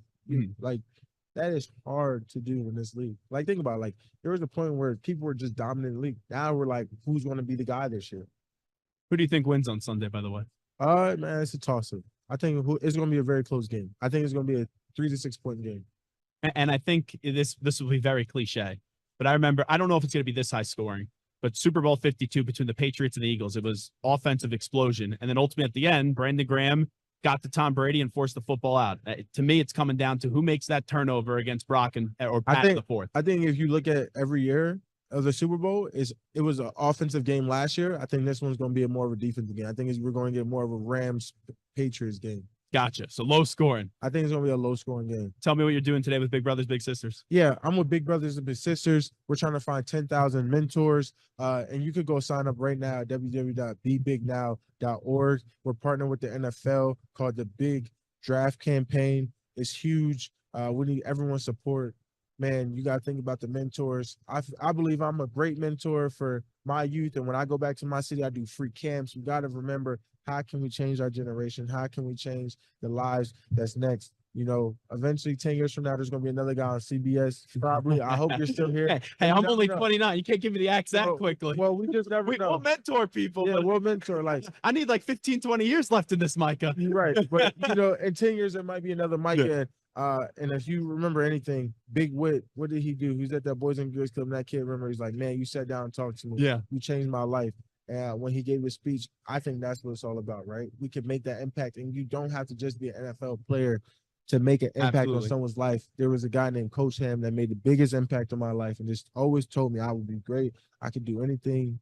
Like, it's just the simple things in life, the simple wordings, and anyone can do it. So go to www.bebignow.org and go change someone's life. Hey, we'll make a deal. When you retire, you could come co-host with me. I won't piss you off that much. And then when your son's a big-time superstar, we'll get him on the show, all right? All right. Sounds good. Micah Parsons for the Dallas Cowboys. Thanks so much. It is the Zach Gelb Show on CBS Sports Radio. 58 on Westwood One is streaming for free, sponsored by AutoZone. On Super Bowl Sunday, you could hear Sorry, Stu, about this. We had the read right up on set, and then it just disappeared, but I got it right back. Super Bowl 58 on Westwood One is streaming for free, sponsored by AutoZone. And Super Bowl Sunday, hear every minute of Westwood One's broadcast live on the NFL app by asking Alexa to open Westwood One Sports on your Westwood One affiliate station's digital platform and get in the zone with AutoZone. AutoZone's free battery testing and charging is available for free at your local AutoZone. Get in the zone, AutoZone. Restrictions apply. We'll take a break. Arthur Blank, the owner of the Atlanta Falcons, will join us on the other side. Update time first. Let's send it back to our New York City headquarters. Here is the Act Man, Rich Ackerman.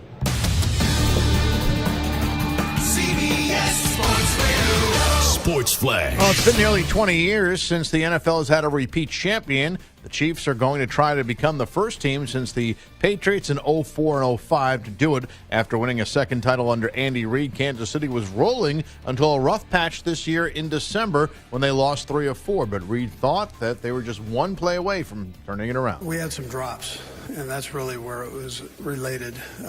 And we were getting better, but we were a play away, and for that catch, and it seemed like it came down to that catch 3 or 4 games.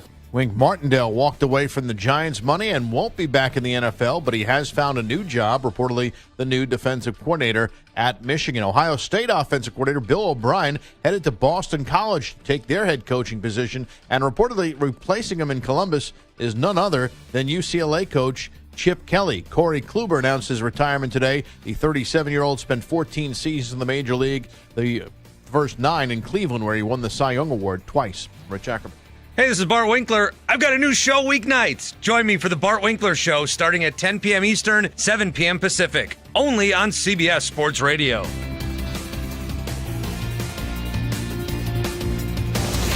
CBS Sports Radio.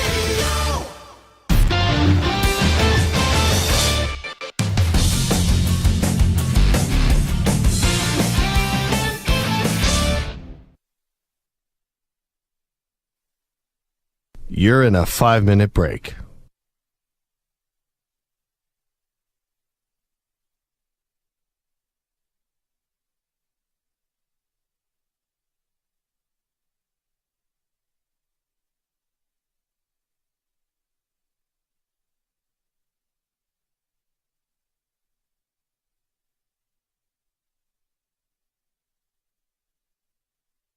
Four minutes, 30 seconds remaining.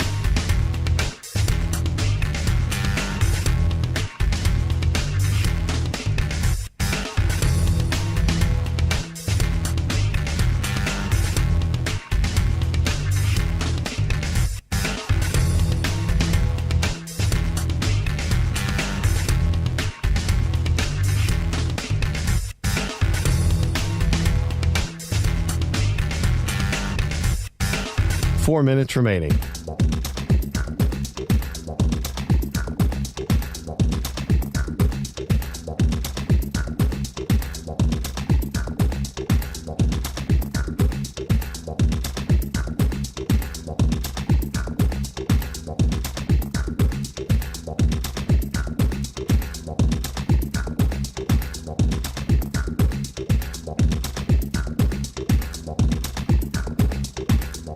Three minutes, 30 seconds remaining.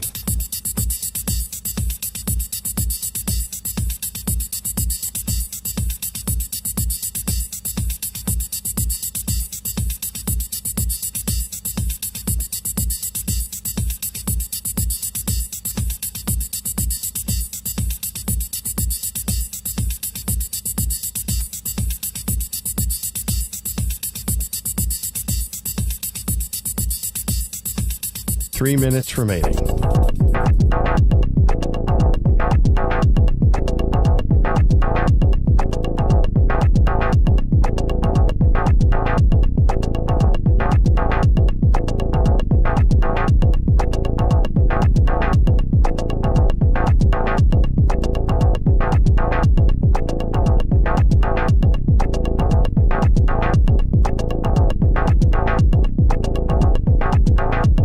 Two minutes, 30 seconds remaining.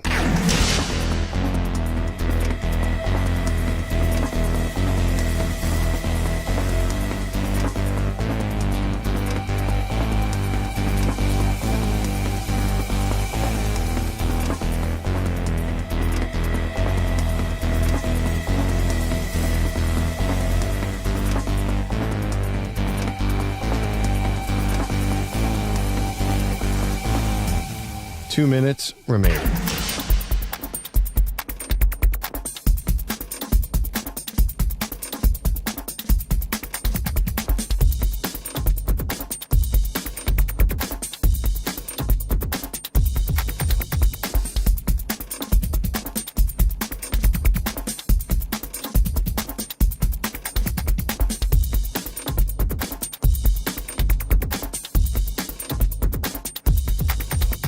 One minute, 30 seconds remaining.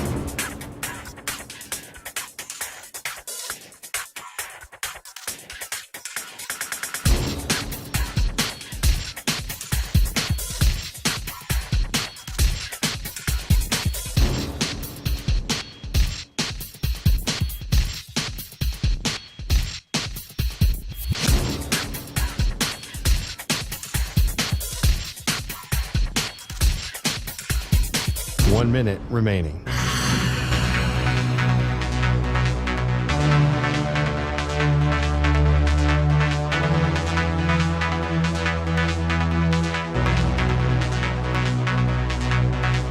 Forty-five seconds remaining.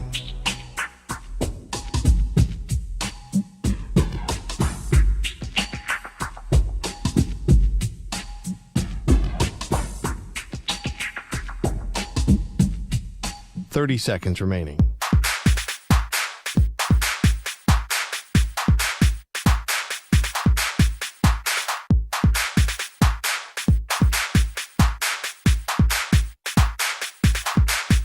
Fifteen seconds.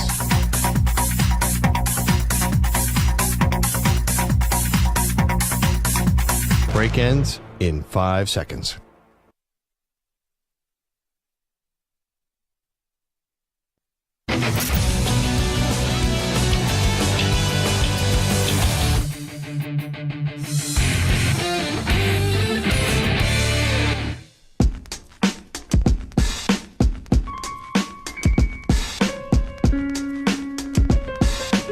Now back to the Zach Gelb Show. All right, it is the Zach Gelb Show on CBS Sports Radio. So we're inside the Mandalay Bay Convention Center as we've been all throughout the week. Arthur Blank going to stop by momentarily. Eli Manning scheduled to join us in, I believe, about 20 minutes as well. I got to bring Samter, though, on the mic first. And thank you so much for getting me this water. And the great Ryan Leung in the house as well. One of our great stringers on Ion Football on CBS Sports Radio. I didn't need the cough drop, but I do appreciate the cough drop. You never know when you're going to need a cough drop. Now this is a Ryan Leung cough drop. This just made my week at Radio Row. But I didn't know this. Last night we're at a party, and I thought I lost Samter. I couldn't find him. And I'm like going around the party. Where's Mike? Where's Mike? Where's Mike? Where's Mike? And then I look out of the corner of my eye, and they had some dance booth where they have a 360 camera spinning around, and I'm running then. I go, I got to get this on camera. I got to get this on camera. Right as I get there, the dancing just stopped. And I wasn't invited basically to the solo dance party that Samter was having, but they put this video out of Samter from the party, and it's actually on Samter's social media. You can find it. I retweeted it today, so at Big Mike CBS and then also at Zach Gelb. I'll tell you, Samter, I didn't know that you had moves like that. You had moves like Mick Jagger. That's the way that I would describe it. You got the moves like Jagger. You got the moves. I'll be honest. I thought I looked like an idiot. It's one of those like 360 cameras, and I thought I was just being an absolute fool. Everybody I showed it to said I look cool, which if that's what cool looks like, I've been doing it wrong for 43 years. And I mean, let's be honest. I've definitely been doing it wrong for 43 years. But you know what it is? You know what I really think it is? I really do believe that the dance moves of Michael Samter was a lot of his frustration being let out, the pent-up frustration being let out from throughout the week. I think you've been in a good move, but I think you needed to just exhale a little bit and kind of take the sports coat off and take the sports jacket off and just unwind a little bit. So now I'm very afraid, since the show ends coming up in a little over an hour, to see what Michael Samter is like a night on the town in Vegas tonight. Well, so I don't know how much of on the town it's going to be, but U2 is performing at the Are Sphere. you going? I'm going. Oh, wow. So, I thought you were coming to this Zach Bryan country concert with me. Oh. That is tonight. I got a free ticket for you. Okay. I'll make it. We'll discuss. If you don't want to go, that's fine. I just need to invite somebody else. My brain is mush. I've been invited to so many things I forgot what's what. And I'm like, oh, Zach Bryan. Man, Folks, what you are hearing right now is a producer that just realized he has made a bad business decision, that he didn't have to actually spend all this money on his U2 concert tickets that probably cost him about $335, when all along he had a really cool opportunity that he forgot about last night because he's been having too many scotches that night. That's what you just seen. I'm so annoyed that the camera's not on you right now, because it looks like life has just flashed right in front of your eyes, my friend. You forgot about the concert. Dude, I don't even know what my own name is right now. Moist Mike. Dude, I've been running around, and Zach, you can attest. Yes. This week has gone fairly smoothly, and it never goes this smoothly. And today, it was like all the things that usually happen on Radio Row that seem to go wrong all happened within a 20-minute span of time before the show started. Yes. And it was an absolute bleep show. How old are you, by the way? How old am I? Yeah. 43. My mom just texted me. It's amazing. I don't think my mom must have the feed that goes to her home like an hour before everybody else gets it. She just goes, Samter is a busy boy. I don't know if we could call, though, a 43-year-old man a boy, but it's been kind of cool, because usually like I'm the one running around with my head cut off around here. To see somebody else do it this year, like Moist Mike, it makes me feel good about myself, because, man, they got you working. They got you working this week. And by they, you mean you? Me? Me? Me? Little poor old me? No, Zach, you've been awesome. I'll be honest. This is my 10th or 11th Radio Row. 2014 was my first year doing this.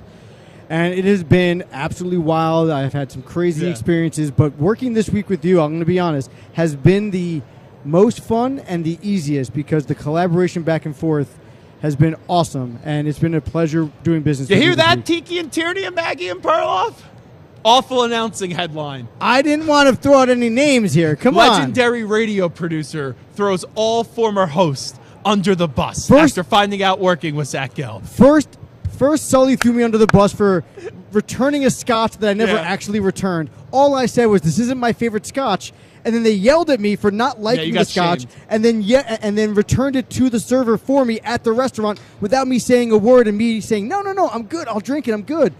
And then I became the bad guy. And now here I am trying to be positive, trying to say how great it's been to work with you. And rather than being, oh, that's so nice to hear, now you throw me under the bus again with all my other hosts. You know, Zach, I love you very much, but I'm going to get a phone call tonight from Maggie, from Andrew, from Tiki. And they're just going to say, dude, what the hell's wrong with you? Why do you have to be so awful to us? Just don't pick up. Oh, man. See, you're no doubt about it. I just backed up the bus on you, and it was like, and you hear those sounds of Samter just getting run over back and forth right now. But I was concerned when I did not find you at first last night, and I was looking around frantically for Moist Mike, that you were going to like wind up on some hotel roof just like passed out tonight, and you're going to have some tattoos on your eyes. That's what I thought. I will say it was going to be like a real-life hangover. I will say I was having a few scotches last night while I was playing poker, and usually scotch helps loosen me up a little bit. Yeah, I played poker. You were a little buzzed going to that party? Oh, yeah. I didn't know that. You seemed pretty calm. Well, I was calm. I was tired, and I was also in a very bad mood because it did not go well at the poker tables. See, you know what's funny? I'm so glad that Paul Pass just stopped by. He's in the background. Don't worry, Paul. We won't make you come on the show. But it's amazing. Samter just threw Perloff underneath the bus. Threw him under the bus. If you want to come on, feel free. That's fine with me as we wait for Arthur Blank to stop by. But the great Paul Pass is here. Oh, no, that's a water. I thought he was just chugging a beer wide in the open. But we can put you right here. What would you say if, let's say, you had a producer work on your show, and then once he no longer works with you, he goes, Zach, this is the best Radio Row I've ever had. I've never worked with a host that was easier than you. That's what Samter just said a few moments ago. He said that to you? Yeah. It's a nice compliment. It sounds like a deep cut of Perloff, though. I mean, that is an evisceration of Andrew Perloff and all he brings to the table. So how's this week been going? It's smooth. I mean, it's fun. Vegas, I think, is the perfect town. They have more than enough capacity of hotel rooms, infrastructure. It makes sense from a standpoint of how many people you're coming into town, in and out. The airport is so convenient. How about you? It's been great. On Wednesday, we had to turn down Dan Marino for Justin Jefferson. It's freaky, isn't it? I mean, if I said when you were 13 years old, you'd have a chance to speak to Dan Marino, you're like, well, that's not going to happen. Absolutely. I felt so bad about it. I feel bad about it. And I had nothing to do with it. Okay, who's yours? Where'd you grow up? Long Island. Who was your athlete that was like the one when you were a child? Tom Brady. Okay, have you met him yet? Yes. Is it tough to be a professional when you meet Tom Brady? Did you find it at all in the moment? No. That's a good sign. It was pretty cool.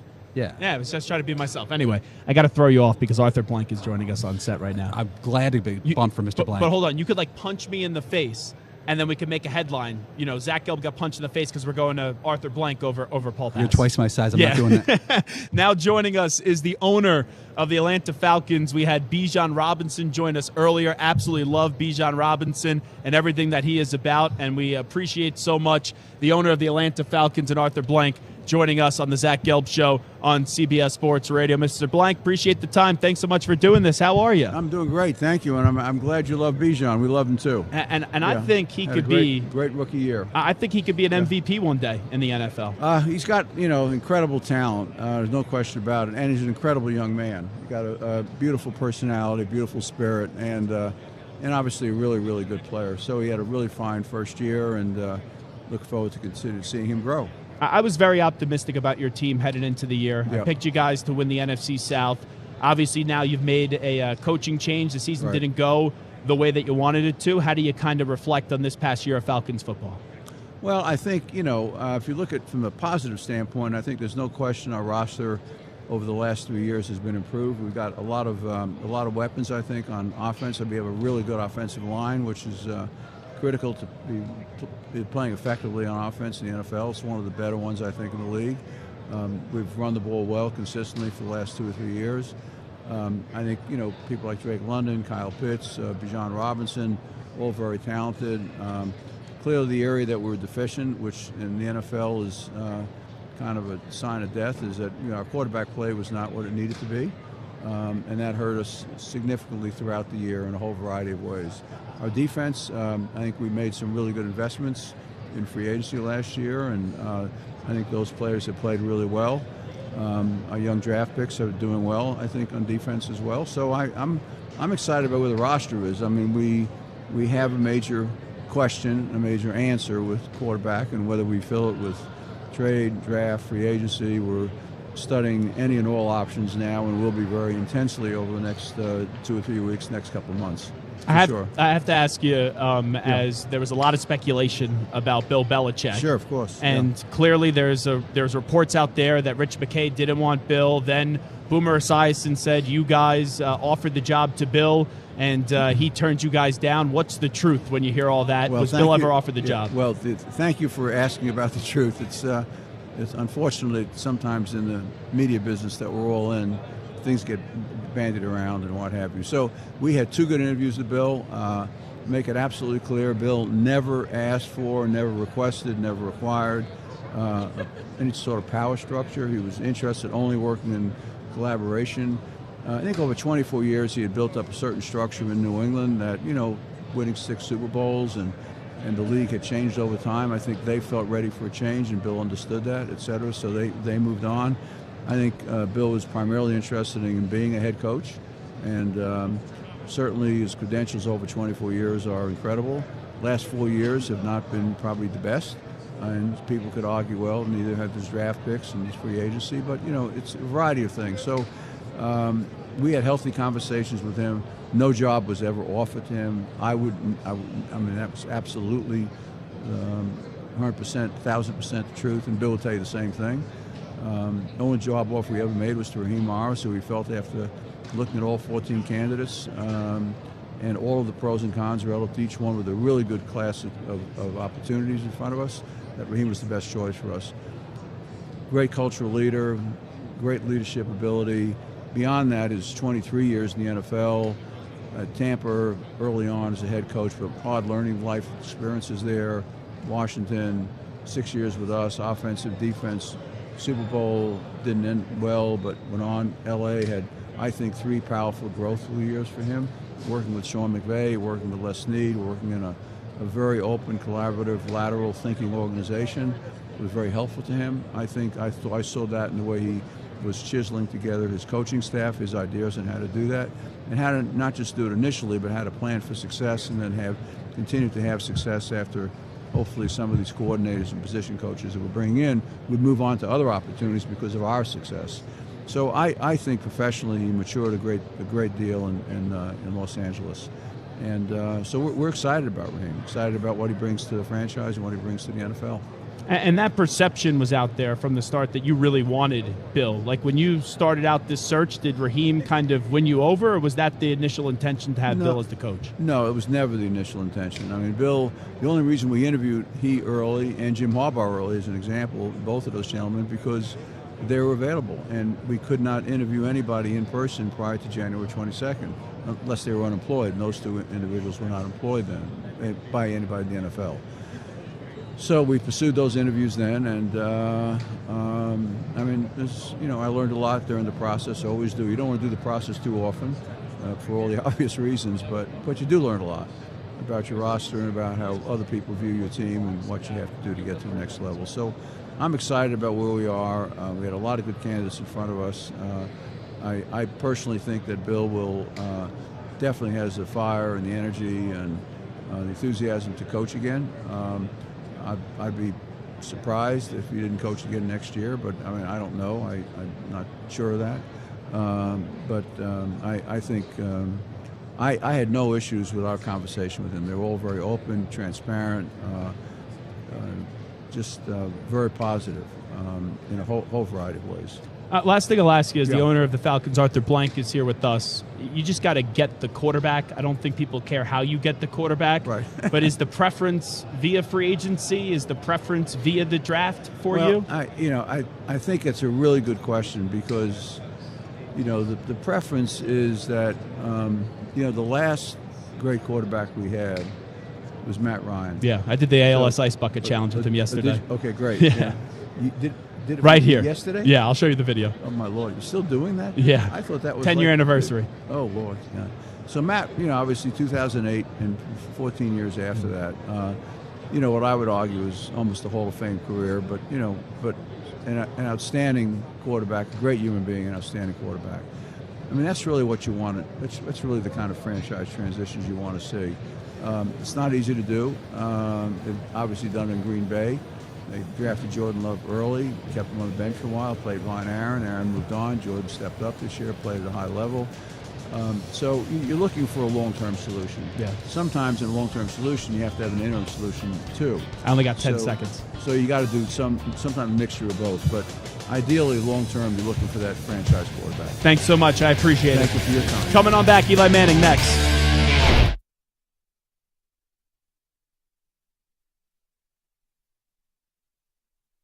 You're in a 5-minute break.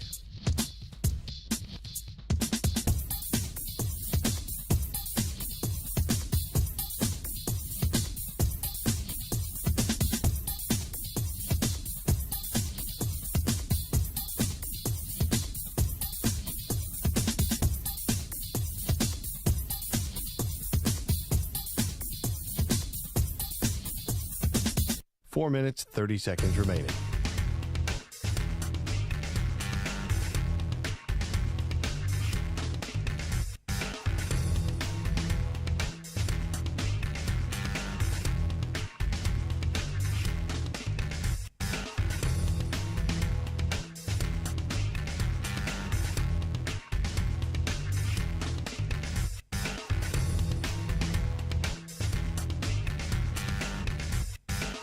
Four minutes remaining.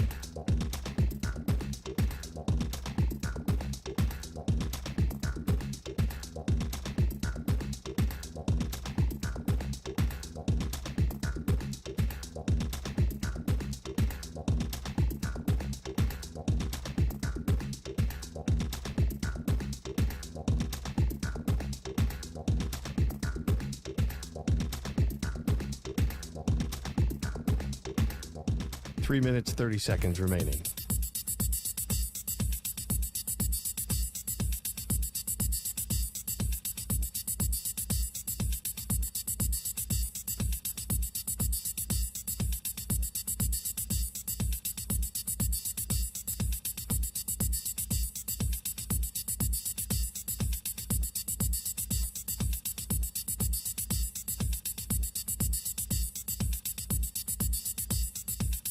3 minutes remaining.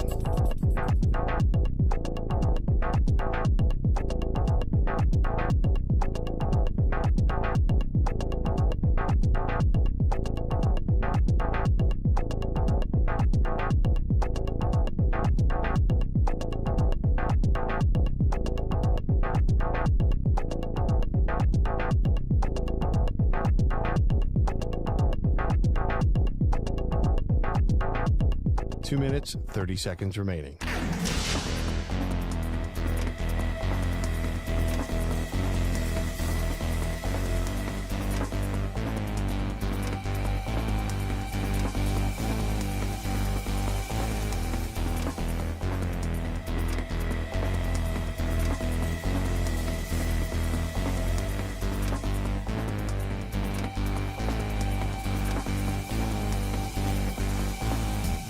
Two minutes remaining.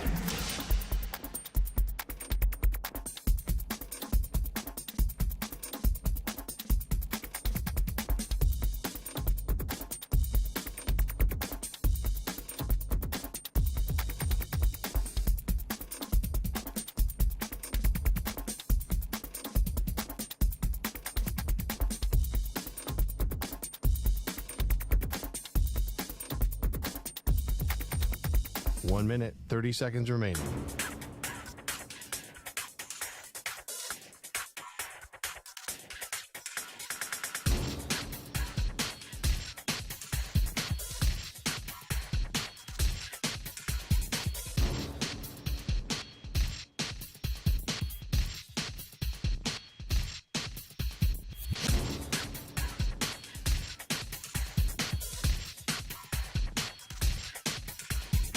One minute remaining.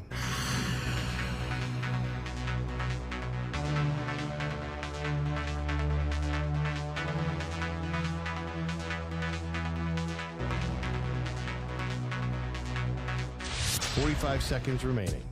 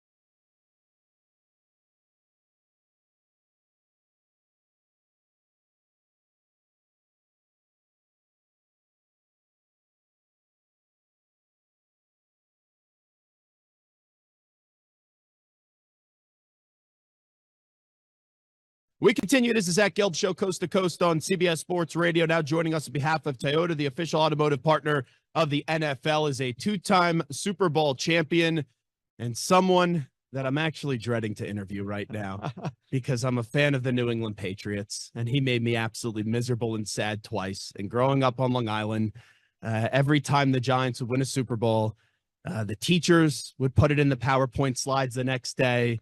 My friends would no longer be my friends. And quite frankly, I felt like I got bullied growing up as a kid because of you, Eli Manning. So how are you, Eli? I'm doing great. I think that's a little unfair. I mean, you have 6 Super Bowl rings. Like, you let us have 2. I appreciate the kindness of the Patriots and their ownerships and everything for letting us have two of those championships and not just winning every time they made it to the Super Bowl. I interviewed Tyree last year. And I've done some work with Tyree before. I actually, in an older job, had to do some security for David Tyree. And I go, you shouldn't feel very safe if I'm doing the security for you. But every time I talk to a former Giant that made me miserable for 2 times on Sundays, I always walk away and I go, I can't dislike that person. And I know I can't dislike you because you come off very likable. But you look back at those 2 Super Bowls, I'm actually more annoyed by the second one than the first one. Really? Because the first one, I thought you guys just outplayed them that day. The second one, I really truly thought the Patriots were the better team in that game. And you had the Welker drop, the Branch drop as well. And then we all know the throw that you made to Mario Manningham and the great catch. Yeah, that's an interesting take. I think most Patriots fans would be mad about the first one, the 07 season, because that would have been an undefeated season. Y'all would, you would go down as the greatest team of all time. And now you can't say that. I know it bothers, Tom Brady. I know it bothers a lot of those players. I still, a lot of the Miami Dolphins from the 70s, send me some nice notes and thank you for beating them. So Mercury they can Morris. yeah, they can say they're only undefeated team through a whole season. And so, but yeah, both of them were obviously tight games, very similar in the way they played out at the end, and 2-minute drives by us having the ball to go win the game. Obviously, one we needed a touchdown, one we only needed a field goal, but scored a touchdown. But they're always, well-coached team, great players. Tom Brady, Randy Moss, Welker, just unbelievable talent on there. But we were able to make a couple outstanding plays and get the win. Eli Manning here with us. Obviously, you come from football royalty, and you know what it's like to have expectations and be perceived as that guy. When you won that first Super Bowl, like the next 24, 48 hours after winning that Super Bowl, like just what do you remember for you, how life really changed? Yeah, I mean, it's hard to describe the emotions. You're unprepared for how you're going to react or how you're going to feel. And, there's, just so much work and time, and it's not just for that season. It's years and years of being dedicated to your craft and forming relationships and friendships with teammates and working on your skills, specifically with teammates to get better at things and to all come together for a playoff run, where, it comes down to, guys making catches off their helmets or, guys, other teams, dropping passes. And so it's just I love how subtly you put that in there. There you go. It's you're emotional, you're excited, but appreciative, and you kind of realize how hard it is that you're able to accomplish that, and you don't take it for granted because you do not know if it's ever going to happen again. Fortunately, to go through 2 experiences with it, and just this kind of the rewards for winning a championship that's what it's all about. Just having that peace of mind for those few days before you get back to work. Now, someone once told me this, a very serious source, and I need to know if this is true, Eli Manning. Did you get a phone call before the first Patriots Super Bowl from your father, who knows everything about the quarterback position, is a great football prognosticator? Someone told me that he told you to put sticky glue on Tyree's helmet before that game. Is that story true? That story is not true. There's some misinformation there. So no sticky glue, all natural. We've been working on that play, actually. We that's how the play was designed. It's in the playbook. Coach Coughlin and Kevin Gilbride, our offensive coordinator, put it together. They're like, hey, we got this idea, and we're running it all season. We never got it in the game. We practiced it, never quite got it right. It took a lot of time for the players to buy into, like, hey, offense line, don't block anybody. Eli kind of almost get tackled and then like escape and then throw it into the middle of the field surrounded by defenders, and Tyree just like snag it to the helmet. Yeah. I heard you call that play "Ruin Zach Gelb's life." Yeah, that's what it was in practice. Yes, that's exactly the name of it. That information is correct. So you got that right. How about that?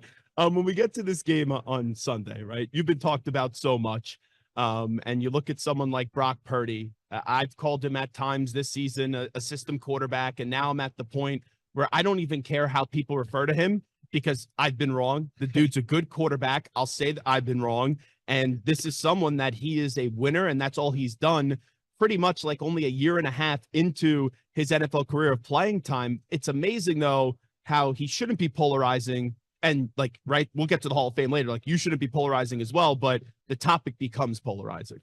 Yeah, man, I've been impressed with Brock on how he's come in last year as a rookie and has taken over the quarterbacking job and just looking very comfortable back there. And I think saying he's a system quarterback, I take that as a compliment. That means the system. It's one thing. It's like, hey, there's a system there, but if you can't you can't follow the rules and you don't know where to go with the ball, then you can't be productive. He knows the system very well. The ball's coming out on time. He's going to the right spots. He's going through the right reads based on the coverage, and he's throwing the ball accurately. And so that's what you want as your quarterback. And that's what, as a quarterback, that's what you want to do. You want to get the ball out on time. And he does a great job of doing that. He scrambles around when he has to. You've seen it during the playoff run.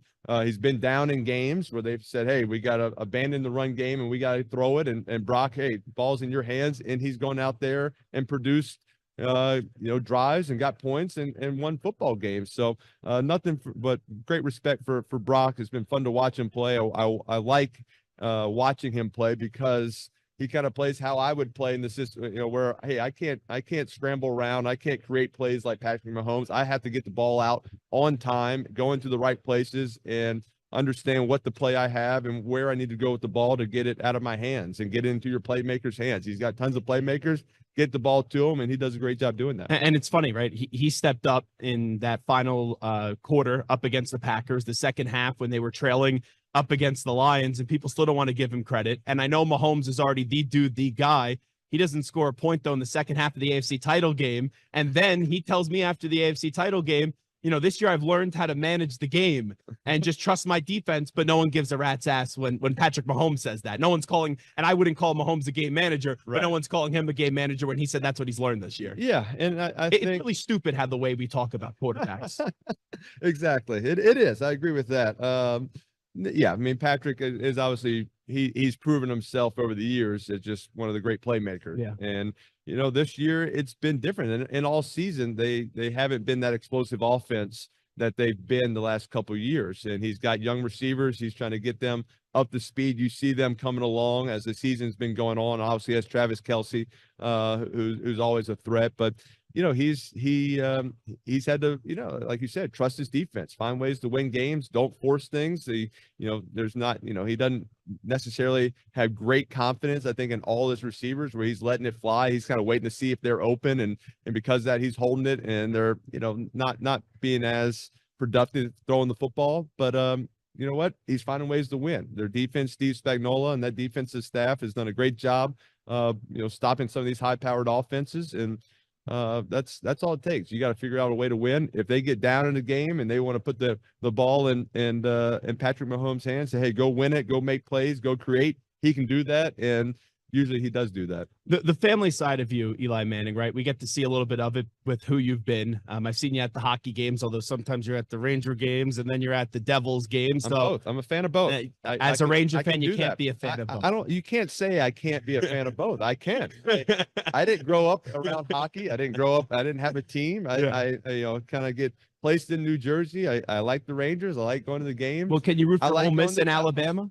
Can you root for both? Yeah. I mean, I'm going to root. How about next year? I mean, Texas is going to be in the SEC. I'm going to root for Ole Miss. I'm going to root for Texas. I got a nephew playing. I can root for both. So the nephew side of it, we all know, obviously, Arch Manning. And Sark comes out the other day. And to no surprise, he goes, Quinn Ewers is our quarterback. Give me the uncle perspective of that with the transfer portal. It opens back up in April. Like, what do you advise kind of Arch to do? Do you stay patient? Do you enter the transfer portal and go start somewhere else? No, he picked Texas because that's where he wants to be. That's where he wants to play football. He likes Coach Sarkisian and his offense and what they're doing. So that was he knew last year that he was going to go. He's in a red shirt, get some playing time, and he obviously I think the plan was Ewers would maybe go in the NFL, but he's there. It's another year for Arch to mature, learn the offense, get bigger, stronger in the weight room, and always be prepared to play. And you never know what's going to happen. And so he's got to be ready.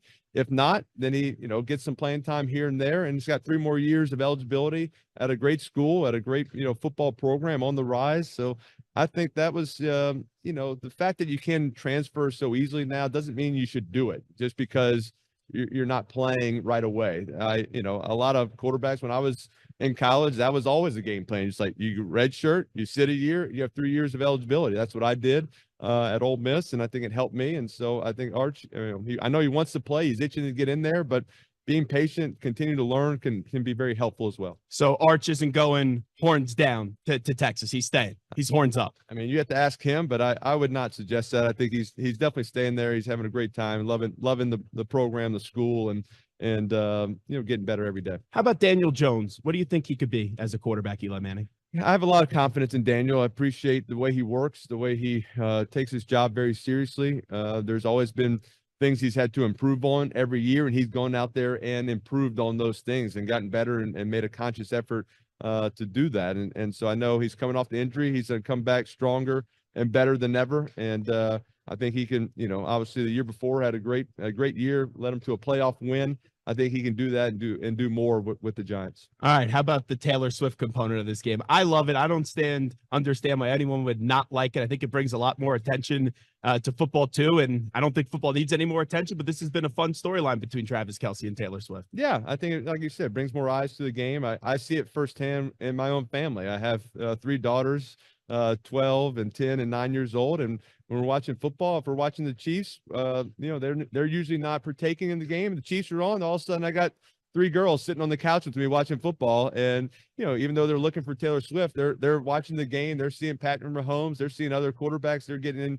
involved in the game. And so it's fun for them. And it's fun for me to get to hang out with them and watch some football. So Eli Manning joins us on behalf of Toyota, the official automotive partner of the NFL. Tell us what you're doing today with Toyota. Yeah, so I've actually had a relationship with Toyota going on 20 years now through their Toyota local greater New York area dealers. And so here, Toyota's really showed up big time here at the Super Bowl with a lot of fan experiences. And you can go to the Super Bowl experience. Toyota's a presenting sponsor there for opportunity to play games, win prizes, win tickets to the Super Bowl next year in New Orleans, while also checking out their new Tacoma that's hitting dealerships right now this month. So also opportunity, if you visit their space at the Super Bowl experience, you can meet some players. I'll be there tomorrow, 11 a.m., but there'll be current players and some has-been players like me running around. So Toyota's, they've done a great job. They're new automotive sponsor of the NFL, and happy to continue the relationship with them and on this journey as they enter this new chapter in their sponsorship with the NFL. I think you're a Hall of Famer. I know your eligibility opens up next year. Do you think you'll get in on the first try? I have no idea. So it's it's one of those things that's out of my hands, out of my control. All the work that has been done, and that was 4 years ago, and now on the playing field. So if I get in, it'd be a great honor. Well, how about this? Can you make the case for Tiki Barber why he should be in the Hall of Fame? I work with Tiki. He's a coworker, and he's made it the farthest he ever has in the process, but still hasn't got in the Hall. Yeah, no, Tiki was an unbelievable player. Saw it firsthand. My first 3 years in the NFL. I mean, it was, hey, get the ball to Tiki, running the ball, catching the ball. He was the full 3-down back and did it all. Had some unbelievable years, those first years with the Giants, and so definitely a case for him to be in the Hall of Fame. Well, he's the great Eli Manning. Once again, Eli Manning joins us on behalf of Toyota, the official automotive partner of the NFL. Eli, I'll admit it. It was nice talking with you. It was good to see you. Thanks so much for doing that. All right, appreciate it. A lot of fun. You got it. Thank you. Zach Gelb Show on CBS Sports Radio. By the way, it's time to answer our Ask the Pros question of the day, and it's brought to you by O'Reilly Auto Parts. And the question is from John in Omaha, who says, Zach, who do you have winning the Super Bowl? Well, you could submit a question by tweeting at CBS Sports Radio or at Zach Gelb using the hashtag #AskThePros. Think O'Reilly Auto Parts for all your car care needs. Get guaranteed low prices and excellent customer service from the professional parts people at O'Reilly Auto Parts. I'm taking the San Francisco 49ers to take care of business up against the Kansas City Chiefs by a score of 31-24. Coming up next, Stephon Gilmore and Brandin Cooks join us both live on the desk here at the Mandalay Bay Convention Center in Las Vegas. You're in a 5-minute break.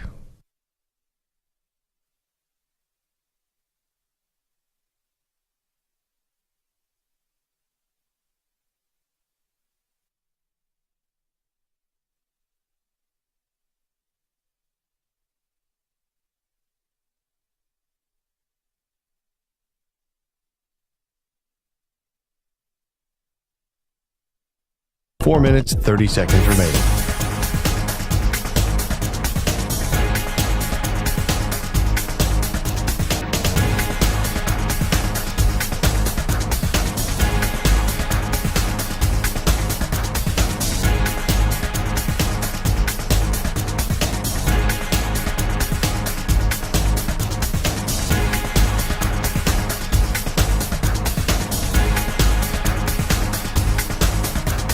4 minutes remaining.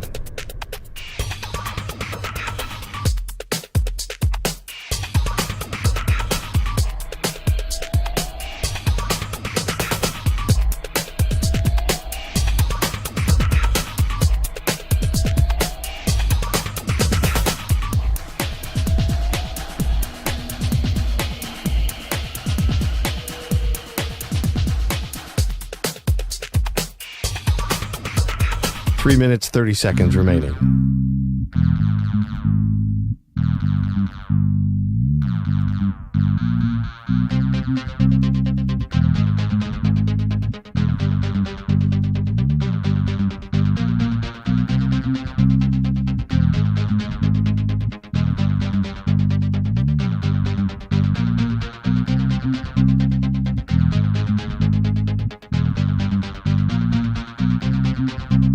Three minutes remaining.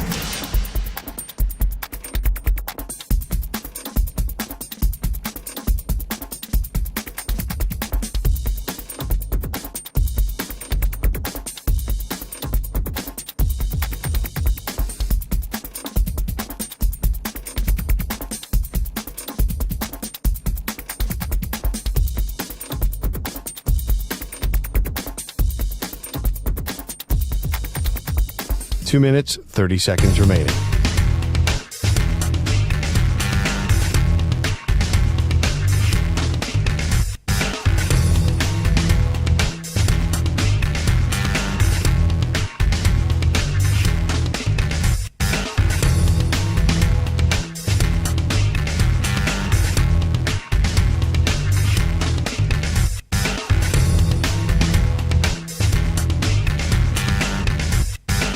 Two minutes remaining.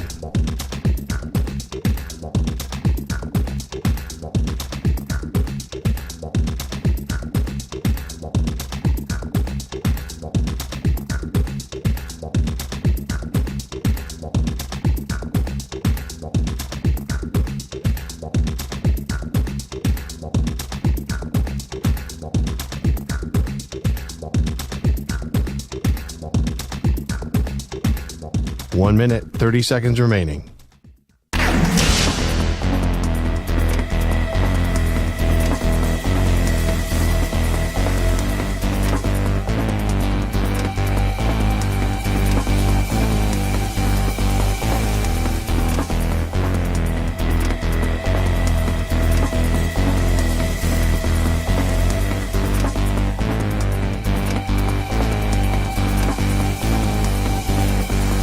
One minute remaining.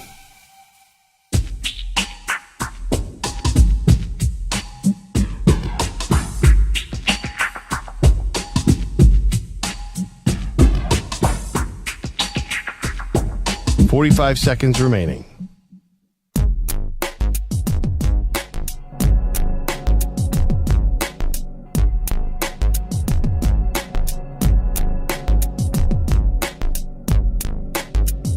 "30 seconds remaining.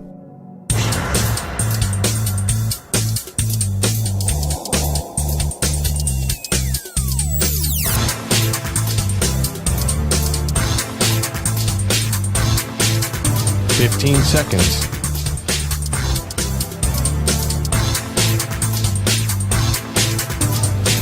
Break ends in 5 seconds.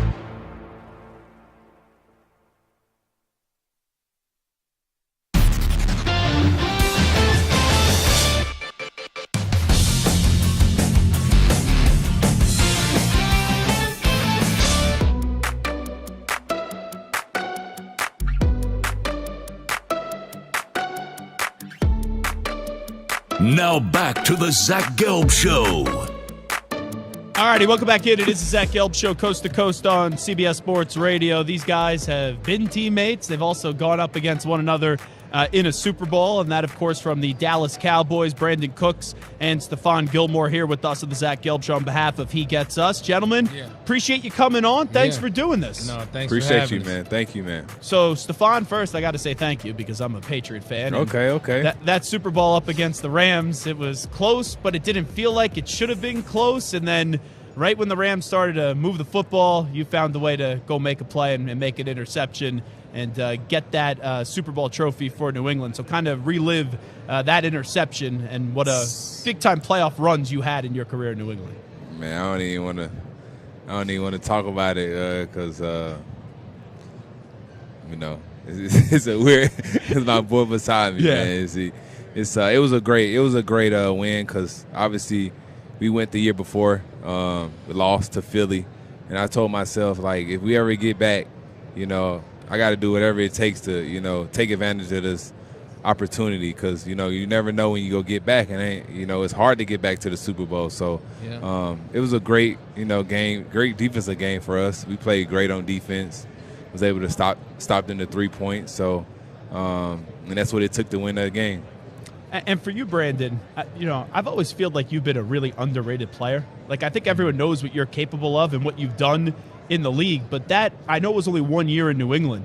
Yeah. But for you, everywhere you've gone, you've had success. Where do you kind of think the league should view you as? Because I don't think you get enough credit. I mean, obviously, I'm going to, say just the numbers that I put up, all throughout my career. I mean, you put them side by side, they up there with the best. But I think for me, I just do my job, play my game to the best of my ability and all that other stuff. I kind of tune that out. I don't talk about myself. I'm not flashy about it. Blue collar worker, get the job done, and help my team win. So I got to ask you guys this, and I just want to know what the heck happened with Malcolm Butler in the lead up to Super Bowl 52. I'll never be able to talk about that. But do you know what happened? I know what happened, but I ain't never talking about it. Why? Bill's not coaching next year. No, it don't matter. You guys don't play for Bill anymore? It's out of respect for just everybody that was involved in that situation. Do you think we'll ever find out the truth? I don't think so. I don't think so. It's amazing. In the world we live in now, there's a lot of things that it's very tough to keep a secret. How that's one of the things in the history of the NFL that no one has a damn clue what happened. And anytime you think you have a clue, you get told that's not what happened. It's why. Man, that game make me so mad. Sick to my stomach. That's the worst we played on defense the whole year. And offense put up, 50 points? I don't even know. And 505 yards passing. Man, come on, man. We should have won that game. It's easy. It's actually, I thought it's the best Super Bowl Brady's had. And it wasn't a win. And my boy B, if they had B, he would have threw for 700. Yeah. Got knocked out. Yeah, Malcolm Jenkins. I remember that. Man, bro. It's a part of life, but those games hurt you because you like for right the rest there, of your life, man. Then you don't win it. It's tough.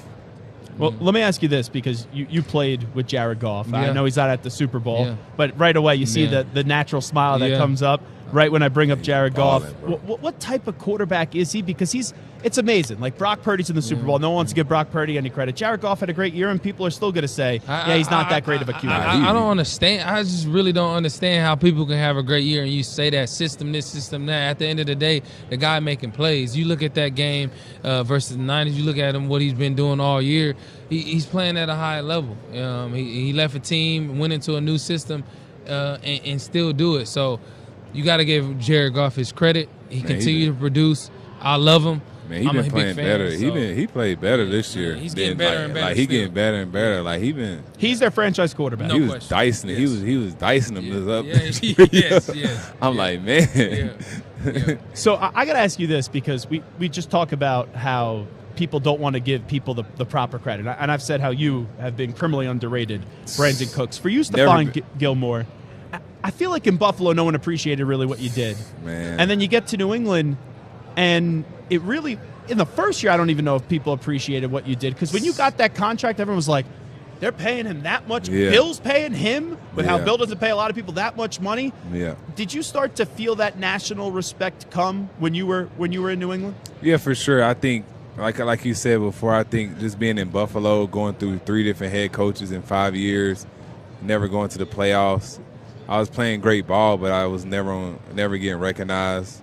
And I think Bill saw that with me playing New England twice a year, and he know what I had, and I think that's why he was able to make that commitment to bring me over to New England. Yeah, and it kind of reminds me when a lot of people, and you had a lot more popularity at this point in the play I'm going to bring up. But when they found a way to get Wes Welker on the offensive side of the ball in New England, he was with Miami. Exactly. You making the sign, it was like, is Bill really going to whiff and give that much money to a guy that he has to prepare for being a defensive-minded coach 2 times a year?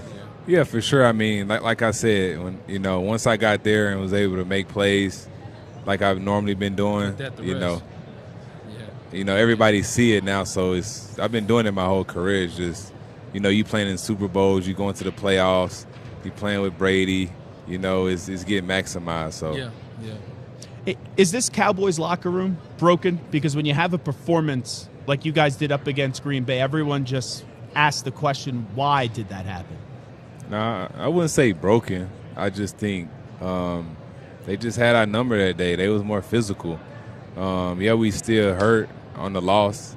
Nobody wants to lose in the first round of the playoffs, but, they was more physical than we was. Simple as that. They won up front.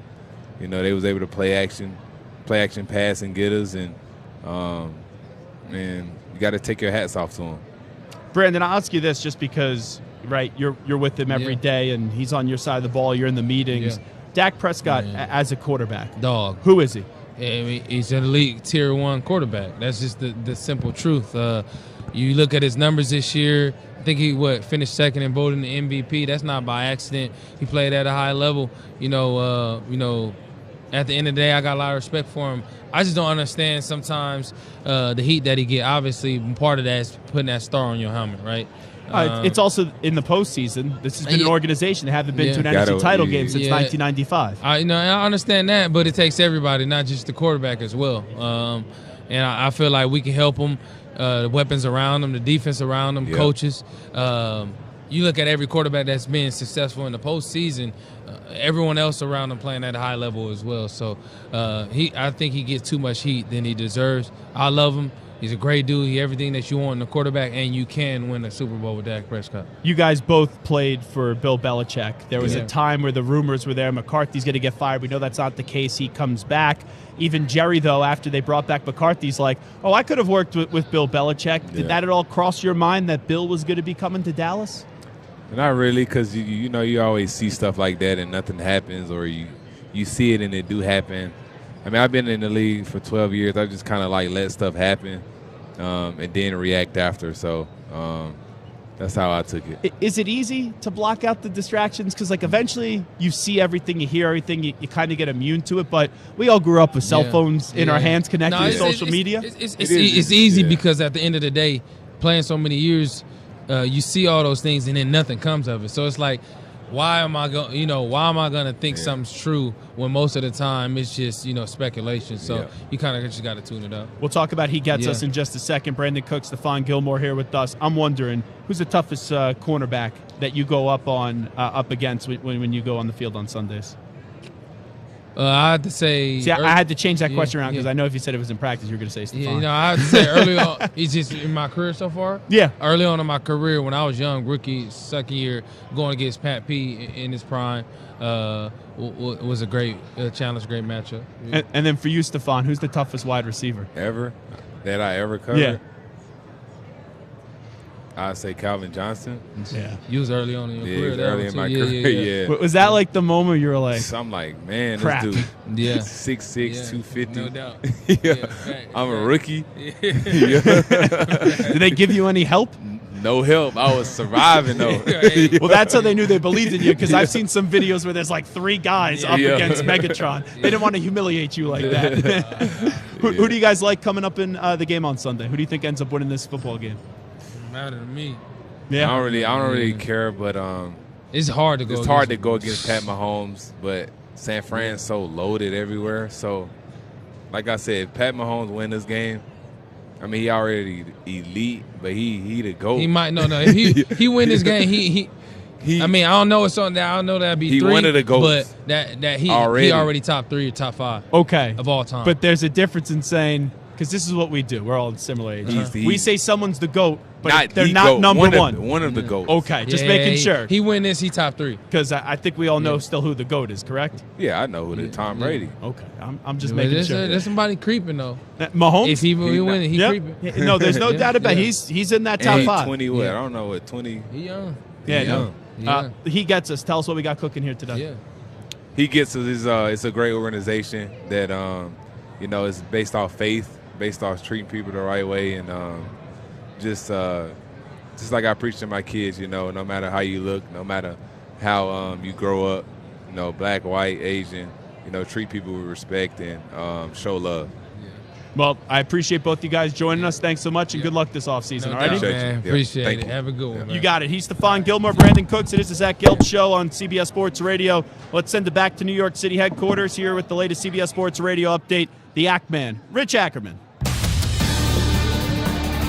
CBS Sports Radio. Sports Flash. Well, the definition of a dynasty has changed in recent years with teams dealing with free agency and the salary cap. The Patriots won 6 Super Bowls under Bill Belichick, but repeated as champs only once. The Chiefs are back in the big game for the 4th time in 5 years, looking for title number 3 under Andy Reid. And tight end Travis Kelce said a victory Sunday would put them in a special class. It'd be in our 3rd in 5 years. I think the number 3 is a big number in terms of dynasties and things like that. So hopefully we can get this thing, and you guys can start talking about dynasties. We're trying to get this 3rd ring, though. The NFL has added another international game, expanding to one in Madrid for 2025. Wink Martindale walked away from the Giants' money. He won't be back in the NFL, but he has found a new job, reportedly becoming the new defensive coordinator at Michigan. Ohio State offensive coordinator Bill O'Brien's tenure wasn't long, as he's leaving for Boston College, and replacing him in Columbus is now former UCLA coach Chip Kelly. And Corey Kluber announced his retirement today after 13 seasons in the major leagues that included 2 Cy Young Awards with the Cleveland Indians. I'm Rich Ackerman. Hey, this is JR. Let's hang out weeknights here on CBS Sports Radio for my show, the JR Sport Brief, 6 p.m. Eastern, 3 p.m. Pacific. CBS Sports Radio.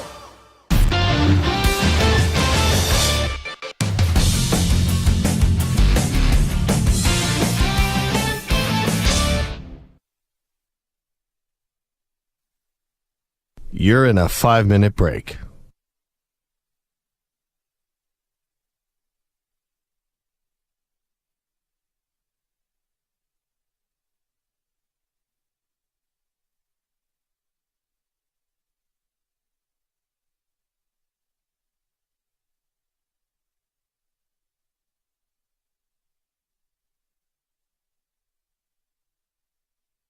Four minutes, 30 seconds remaining.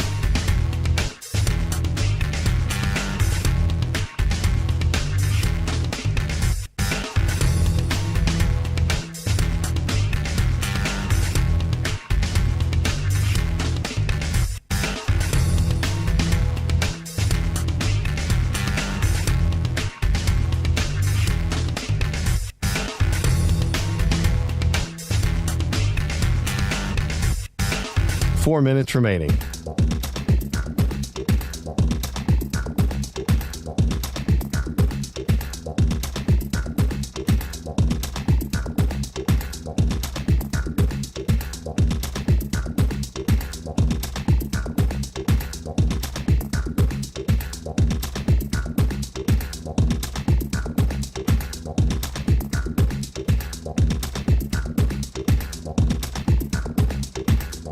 Three minutes, 30 seconds remaining.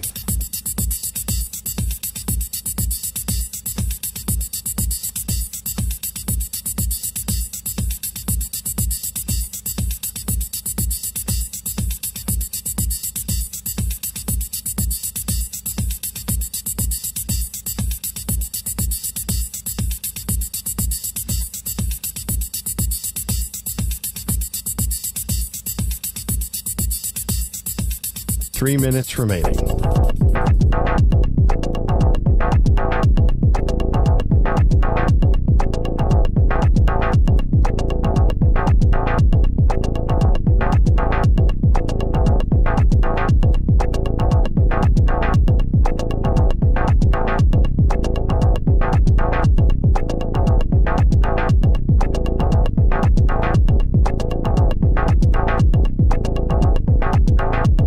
2 minutes, 30 seconds remaining.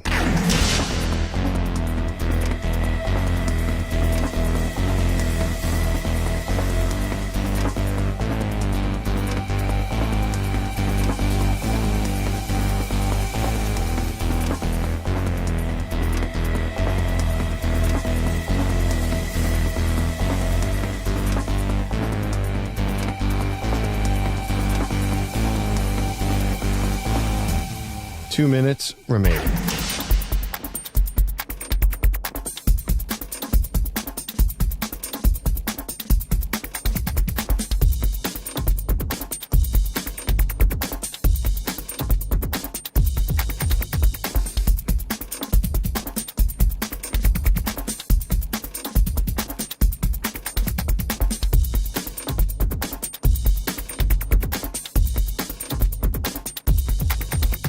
One minute, 30 seconds remaining.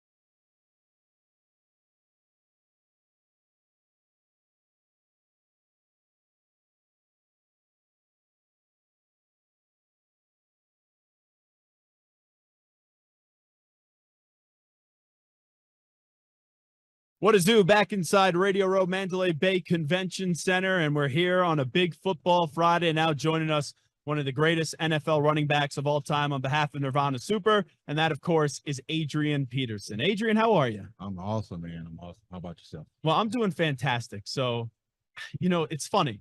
I always still refer to you as AP, and every time I call you AP, it's right away. No, it's AD. It's AD. It's AD. Do you even care anymore? Because I remember that was like a thing. Is it AP or is it AD? And then you said that it was AD for all day, right? Yeah. It doesn't bother me. I hear AD all the time, AP all the time. So either or, it's cool. Yeah. But AD is my preference if you want to know the difference. Yeah, And- AP. AD is. And then take me through the diet when you were playing. Because weren't there always like some legendary stories how much candy you ate? Yeah, I was a big fan of ice cream. Oh, yeah? Big fan of Cold Stone down the there in creamery, Minnesota. Yeah. But I worked out a lot too. So I was able to You could burn some burn calories. those You'll calories, be fine. but that's kind of how I combated it. I just made sure I stayed in the sauna and I worked out a lot. So I was able to kind of get away with it. Yeah, I don't think anyone ever said Adrian Peterson looked like he was out of shape in his football career. What was the Cold Stone creamery order? What were the toppings that you liked in your Cold Stone? So I like either walnuts or pecans with either the brownie and chocolate and caramel, or I would go with the cookie dough. So the cookie dough with caramel and chocolate, and that was pretty much the route I went majority of the time. Yeah, pretty much regular day guy, everyday guy, Adrian Peterson here with us. Looking at the Vikings, so now they're in an interesting spot, right? They have a lot of talent with guys like Justin Jefferson, Jordan Addison, but it seems like the organization, with Kirk being a free agent coming off the injury, is ready to move on and go in that next direction. That's like the sense that I get. Do you think that would be the right call, or should they maybe get a deal done with Kirk? You know, it depends on who. If they do decide to move on, or if we're thinking along those lines, my question is, who are you bringing in? Yeah, and Justin Jefferson was on with us yesterday, and I said, I don't think this would be the best option, but just because I don't think it's the best option doesn't mean it will happen. Yeah. I could see them, signing Russell Wilson on the cheap, and then maybe drafting a quarterback late in the first round, moving back up or where they are, like in the middle of the first round. And if you could get a Russell Wilson for a year on a cheap deal, and then maybe draft a Michael Penix Jr. or someone like that, that could be the potential plan, I think, for the Vikings. Yeah, we'll see. I love Kirk Cousins. I have nothing but respect for him, and I think he's a great quarterback. But he kind of just reminds me of a Jay Cutler. Awesome quarterback, like a game manager. Like not a game manager because he makes plays. Yeah. But he's just not. He hasn't been able to get over that hump. To take the team down there and take over. Patrick Mahomes type feel. I haven't seen that from him, and I think he has that within him. He just got to snap out of it and bring it to the forefront. If not, he's going to be in the position that he's in now, where they're looking to move on from him. So he has that ability. He just gotta take it. He gotta grab it. And he hasn't done it yet. And you see, you were a great player, and I don't use that word just very easily. But now there's a lot of times where people say, "Oh, this person's a great player," and they're not. And then people get called a hater. Like what I think you're saying is Kirk's a good player, a very good player, but I don't think he's ever a top 5 quarterback in this league or a great quarterback in this league that wins you a Super Bowl. Yeah, and I don't think he's been that. You look at his numbers, his accuracy. I mean, he's been efficient. Yeah, and everything. That's some good numbers. But that's not getting it done. Yeah. Like I said, I believe, because I've watched him play, I believe that he can be a top 5 quarterback. I believe he can be a quarterback that takes a team to the Super Bowl and wins. But it's something in his head that has to switch in order for him to be able to put the team on his back and do that, because he has that ability. He's been playing too well for too long, So it's something else that you gotta I don't know, you gotta figure it out, Kirk. You gotta figure it out because you got it within you. Talking to Adrian Peterson right now, the state of the running back position is very interesting, because I remember in the summer, right, it seemed very negative. It seemed like no one was ever getting a contract extension ever again.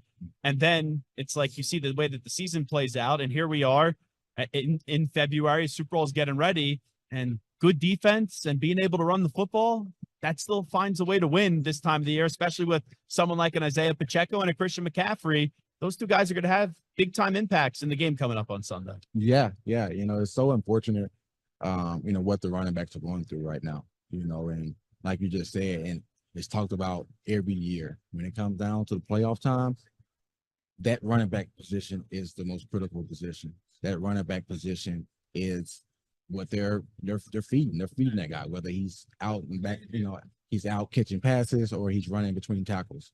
So I think, these organizations just need to respect these players and pay them, and they don't want to do that. There's a lot of young backs coming out. They're using a lot of guys by rotating and things like that. But like you say, Pacheco and Christian McCaffrey, like these guys are elite type running backs. So I see a great matchup happening. With San Fran and that zone offense that they run, I feel like they'll have the upper hand. But then again, I know how my style was and how I played, and I feel like Pacheco, he runs the ball with that physicality that I don't care what type of defense or how good your defense is. I'm finna run, through this A gap, 100 miles per hour with a different mentality that you're not gonna be able to match. So when you got a player like that, he's always gonna be dangerous. And when he got hurt for a little bit this year, I couldn't say it enough. That was an enormous loss for a while for them, because you're right. It's the physicality. Like, he may not be the best running back in football from a technique standpoint, whatever, but from a physicality, you just watch that guy. He reminds me a little bit about how you ran the football, how Derrick Henry runs the football with that physical style where you just see an intimidating force on the field and you go, man, I don't want to be a linebacker trying to tackle that. Exactly. And that's something that you don't really see from a lot of running backs, that Marshawn Lynch, like me and Marshawn, we were dogs, you knew what you were going to get when we came through the hole. And you really don't see that often, a guy like Joe Mixon, when he's in there, you're able to see him show sparks of it. But this kid right here for Kansas City, it's like every time he touch it, he's hitting 100 miles per hour. Do you think that style maybe goes away and we don't see it as frequently now because of the business side of it, where guys are conscientious of, I only have so many years and teams are not looking to pay running back. So if I am this physical running back, it's going to eventually be used against me in negotiations, because usually, that physicality usually leads to injuries. Yeah. I definitely think that has a lot to do with it. You got guys that are making business decisions, and there's nothing wrong with that, because at the end of the day, it is a business and they will let you go quick, so I understand it. I hate it because it takes away from the game, but you got certain guys like Joe Mixon and this young guy for Kansas City and Christian McCaffrey that when they're playing it with the passion and the love for the game, and it shows, and there's a difference when you get a guy that, there's nothing wrong with picking up the first down and get out of bounds, but if there's a yard to go and you run out of bounds, I don't like that. You play football, dig down and go get the first down. What's your thoughts, by the way? Because we talk about this rule all the time. When you fumble the ball out of the back of the end zone, do you think that should be a touchback and the ball goes to the other team? It's been a rule that's been in play for a while, and it's kind of hard to do that. Like you don't want a safety, and it's hard to be in a position. Well, people be in that position all the time, right? But I feel like we're so conscious of it that shouldn't happen. So I think it should be a touchback. And the reason I like it is everything now caters the offense. And that's the one rule that still caters the defense for making a good play. So we've taken so much away from the defense. Can they at least have that? Because what you said is right. A lot of times people go, oh, well, he fumbled it. And I used to be this way. You fumble the ball out at the 1 yard line, you get it back right there. But if it's out of the end zone, you lose the football. But as it goes on, you hear Belichick coaches this all the time. Unless you have to reach out and the game is on the line, don't reach out unless you know you're getting that ball over the goal line. Yeah, and we see how critical that was with Baltimore. And even Buffalo, Kansas City. Yeah. Right before that. Yeah. So, it has the impact, man. And it was unfortunate, man, watching that game. I see as soon as he started reaching, I was like, he's a little too early with the reach, youngster. At least start reaching when that ball was going to be crossing that line, and it was just an unfortunate turnover for him. It hurt him. There's some guys that walk around here, even after being away from the game for a bunch of years, that still look like they could play. Like, T.O. was that way forever. Yeah. And he still said, I could go out on the field every time. Do you still feel like you could play if you needed to? Yeah, without a doubt. So, let's say you get signed up for the Super Bowl coming up on Sunday. How many, do you have a limit on your carries? You think you could be full go? I think I'm going to be honest with you, because I've been working out in the past, month or two. So I'm not going to, I know I can go out there and be productive, but I'm not going to sit here and make it seem like I would just go out there and just ball, had I been working out in better shape mentally, I would know that I can go out there and really put some work in. Before we talk about Nirvana Super, we'll do that in just a second. Everyone's favorite topic this week at the Super Bowl is Travis Kelce and Taylor Swift. Knowing what it's like to be someone that's followed 24/7, right? As a great NFL player, what do you think of the whole relationship? I like it. I think it's fun. Yeah, I think it's fun too. Obviously they're, I don't know if they're in love, but it seems like it, but they're loving each other and they're just enjoying, everything that comes with it. So, is it good for football? I don't know. Who cares? I guess if Beyonce wasn't married and somebody was married to Beyonce, it would probably be the same type of feel, but it's cool, man. I have nothing but respect for Kelce. He's a baller. He's going out there and he's doing what he does, right? He's showing up, and he just happened to be someone that's already talked about. And, his girl just happened to be Taylor Swift. Yeah, it's rare where the NFL has to genuflect to anyone, because we know how much money it brings in. And We know how much attention there is, but the ratings and the money from all this stuff, it's through the roof crazy where, even the NFL is probably like, okay, Travis, make sure you get married to Taylor Swift and if you're going to keep on playing for 3-4 more years. All righty, tell me what you're doing today with Nirvana Super. Yeah, so I'm here with Nirvana Super. I've been with this company for 2 years, and it's a beverage line of water, a flavored water beverage infused with HMB, and that's something that the body, amino acid, the body normally creates for itself as well, but it's the only product on the market that's infused with HMB. And the benefits of it is it helps maintain lean muscle.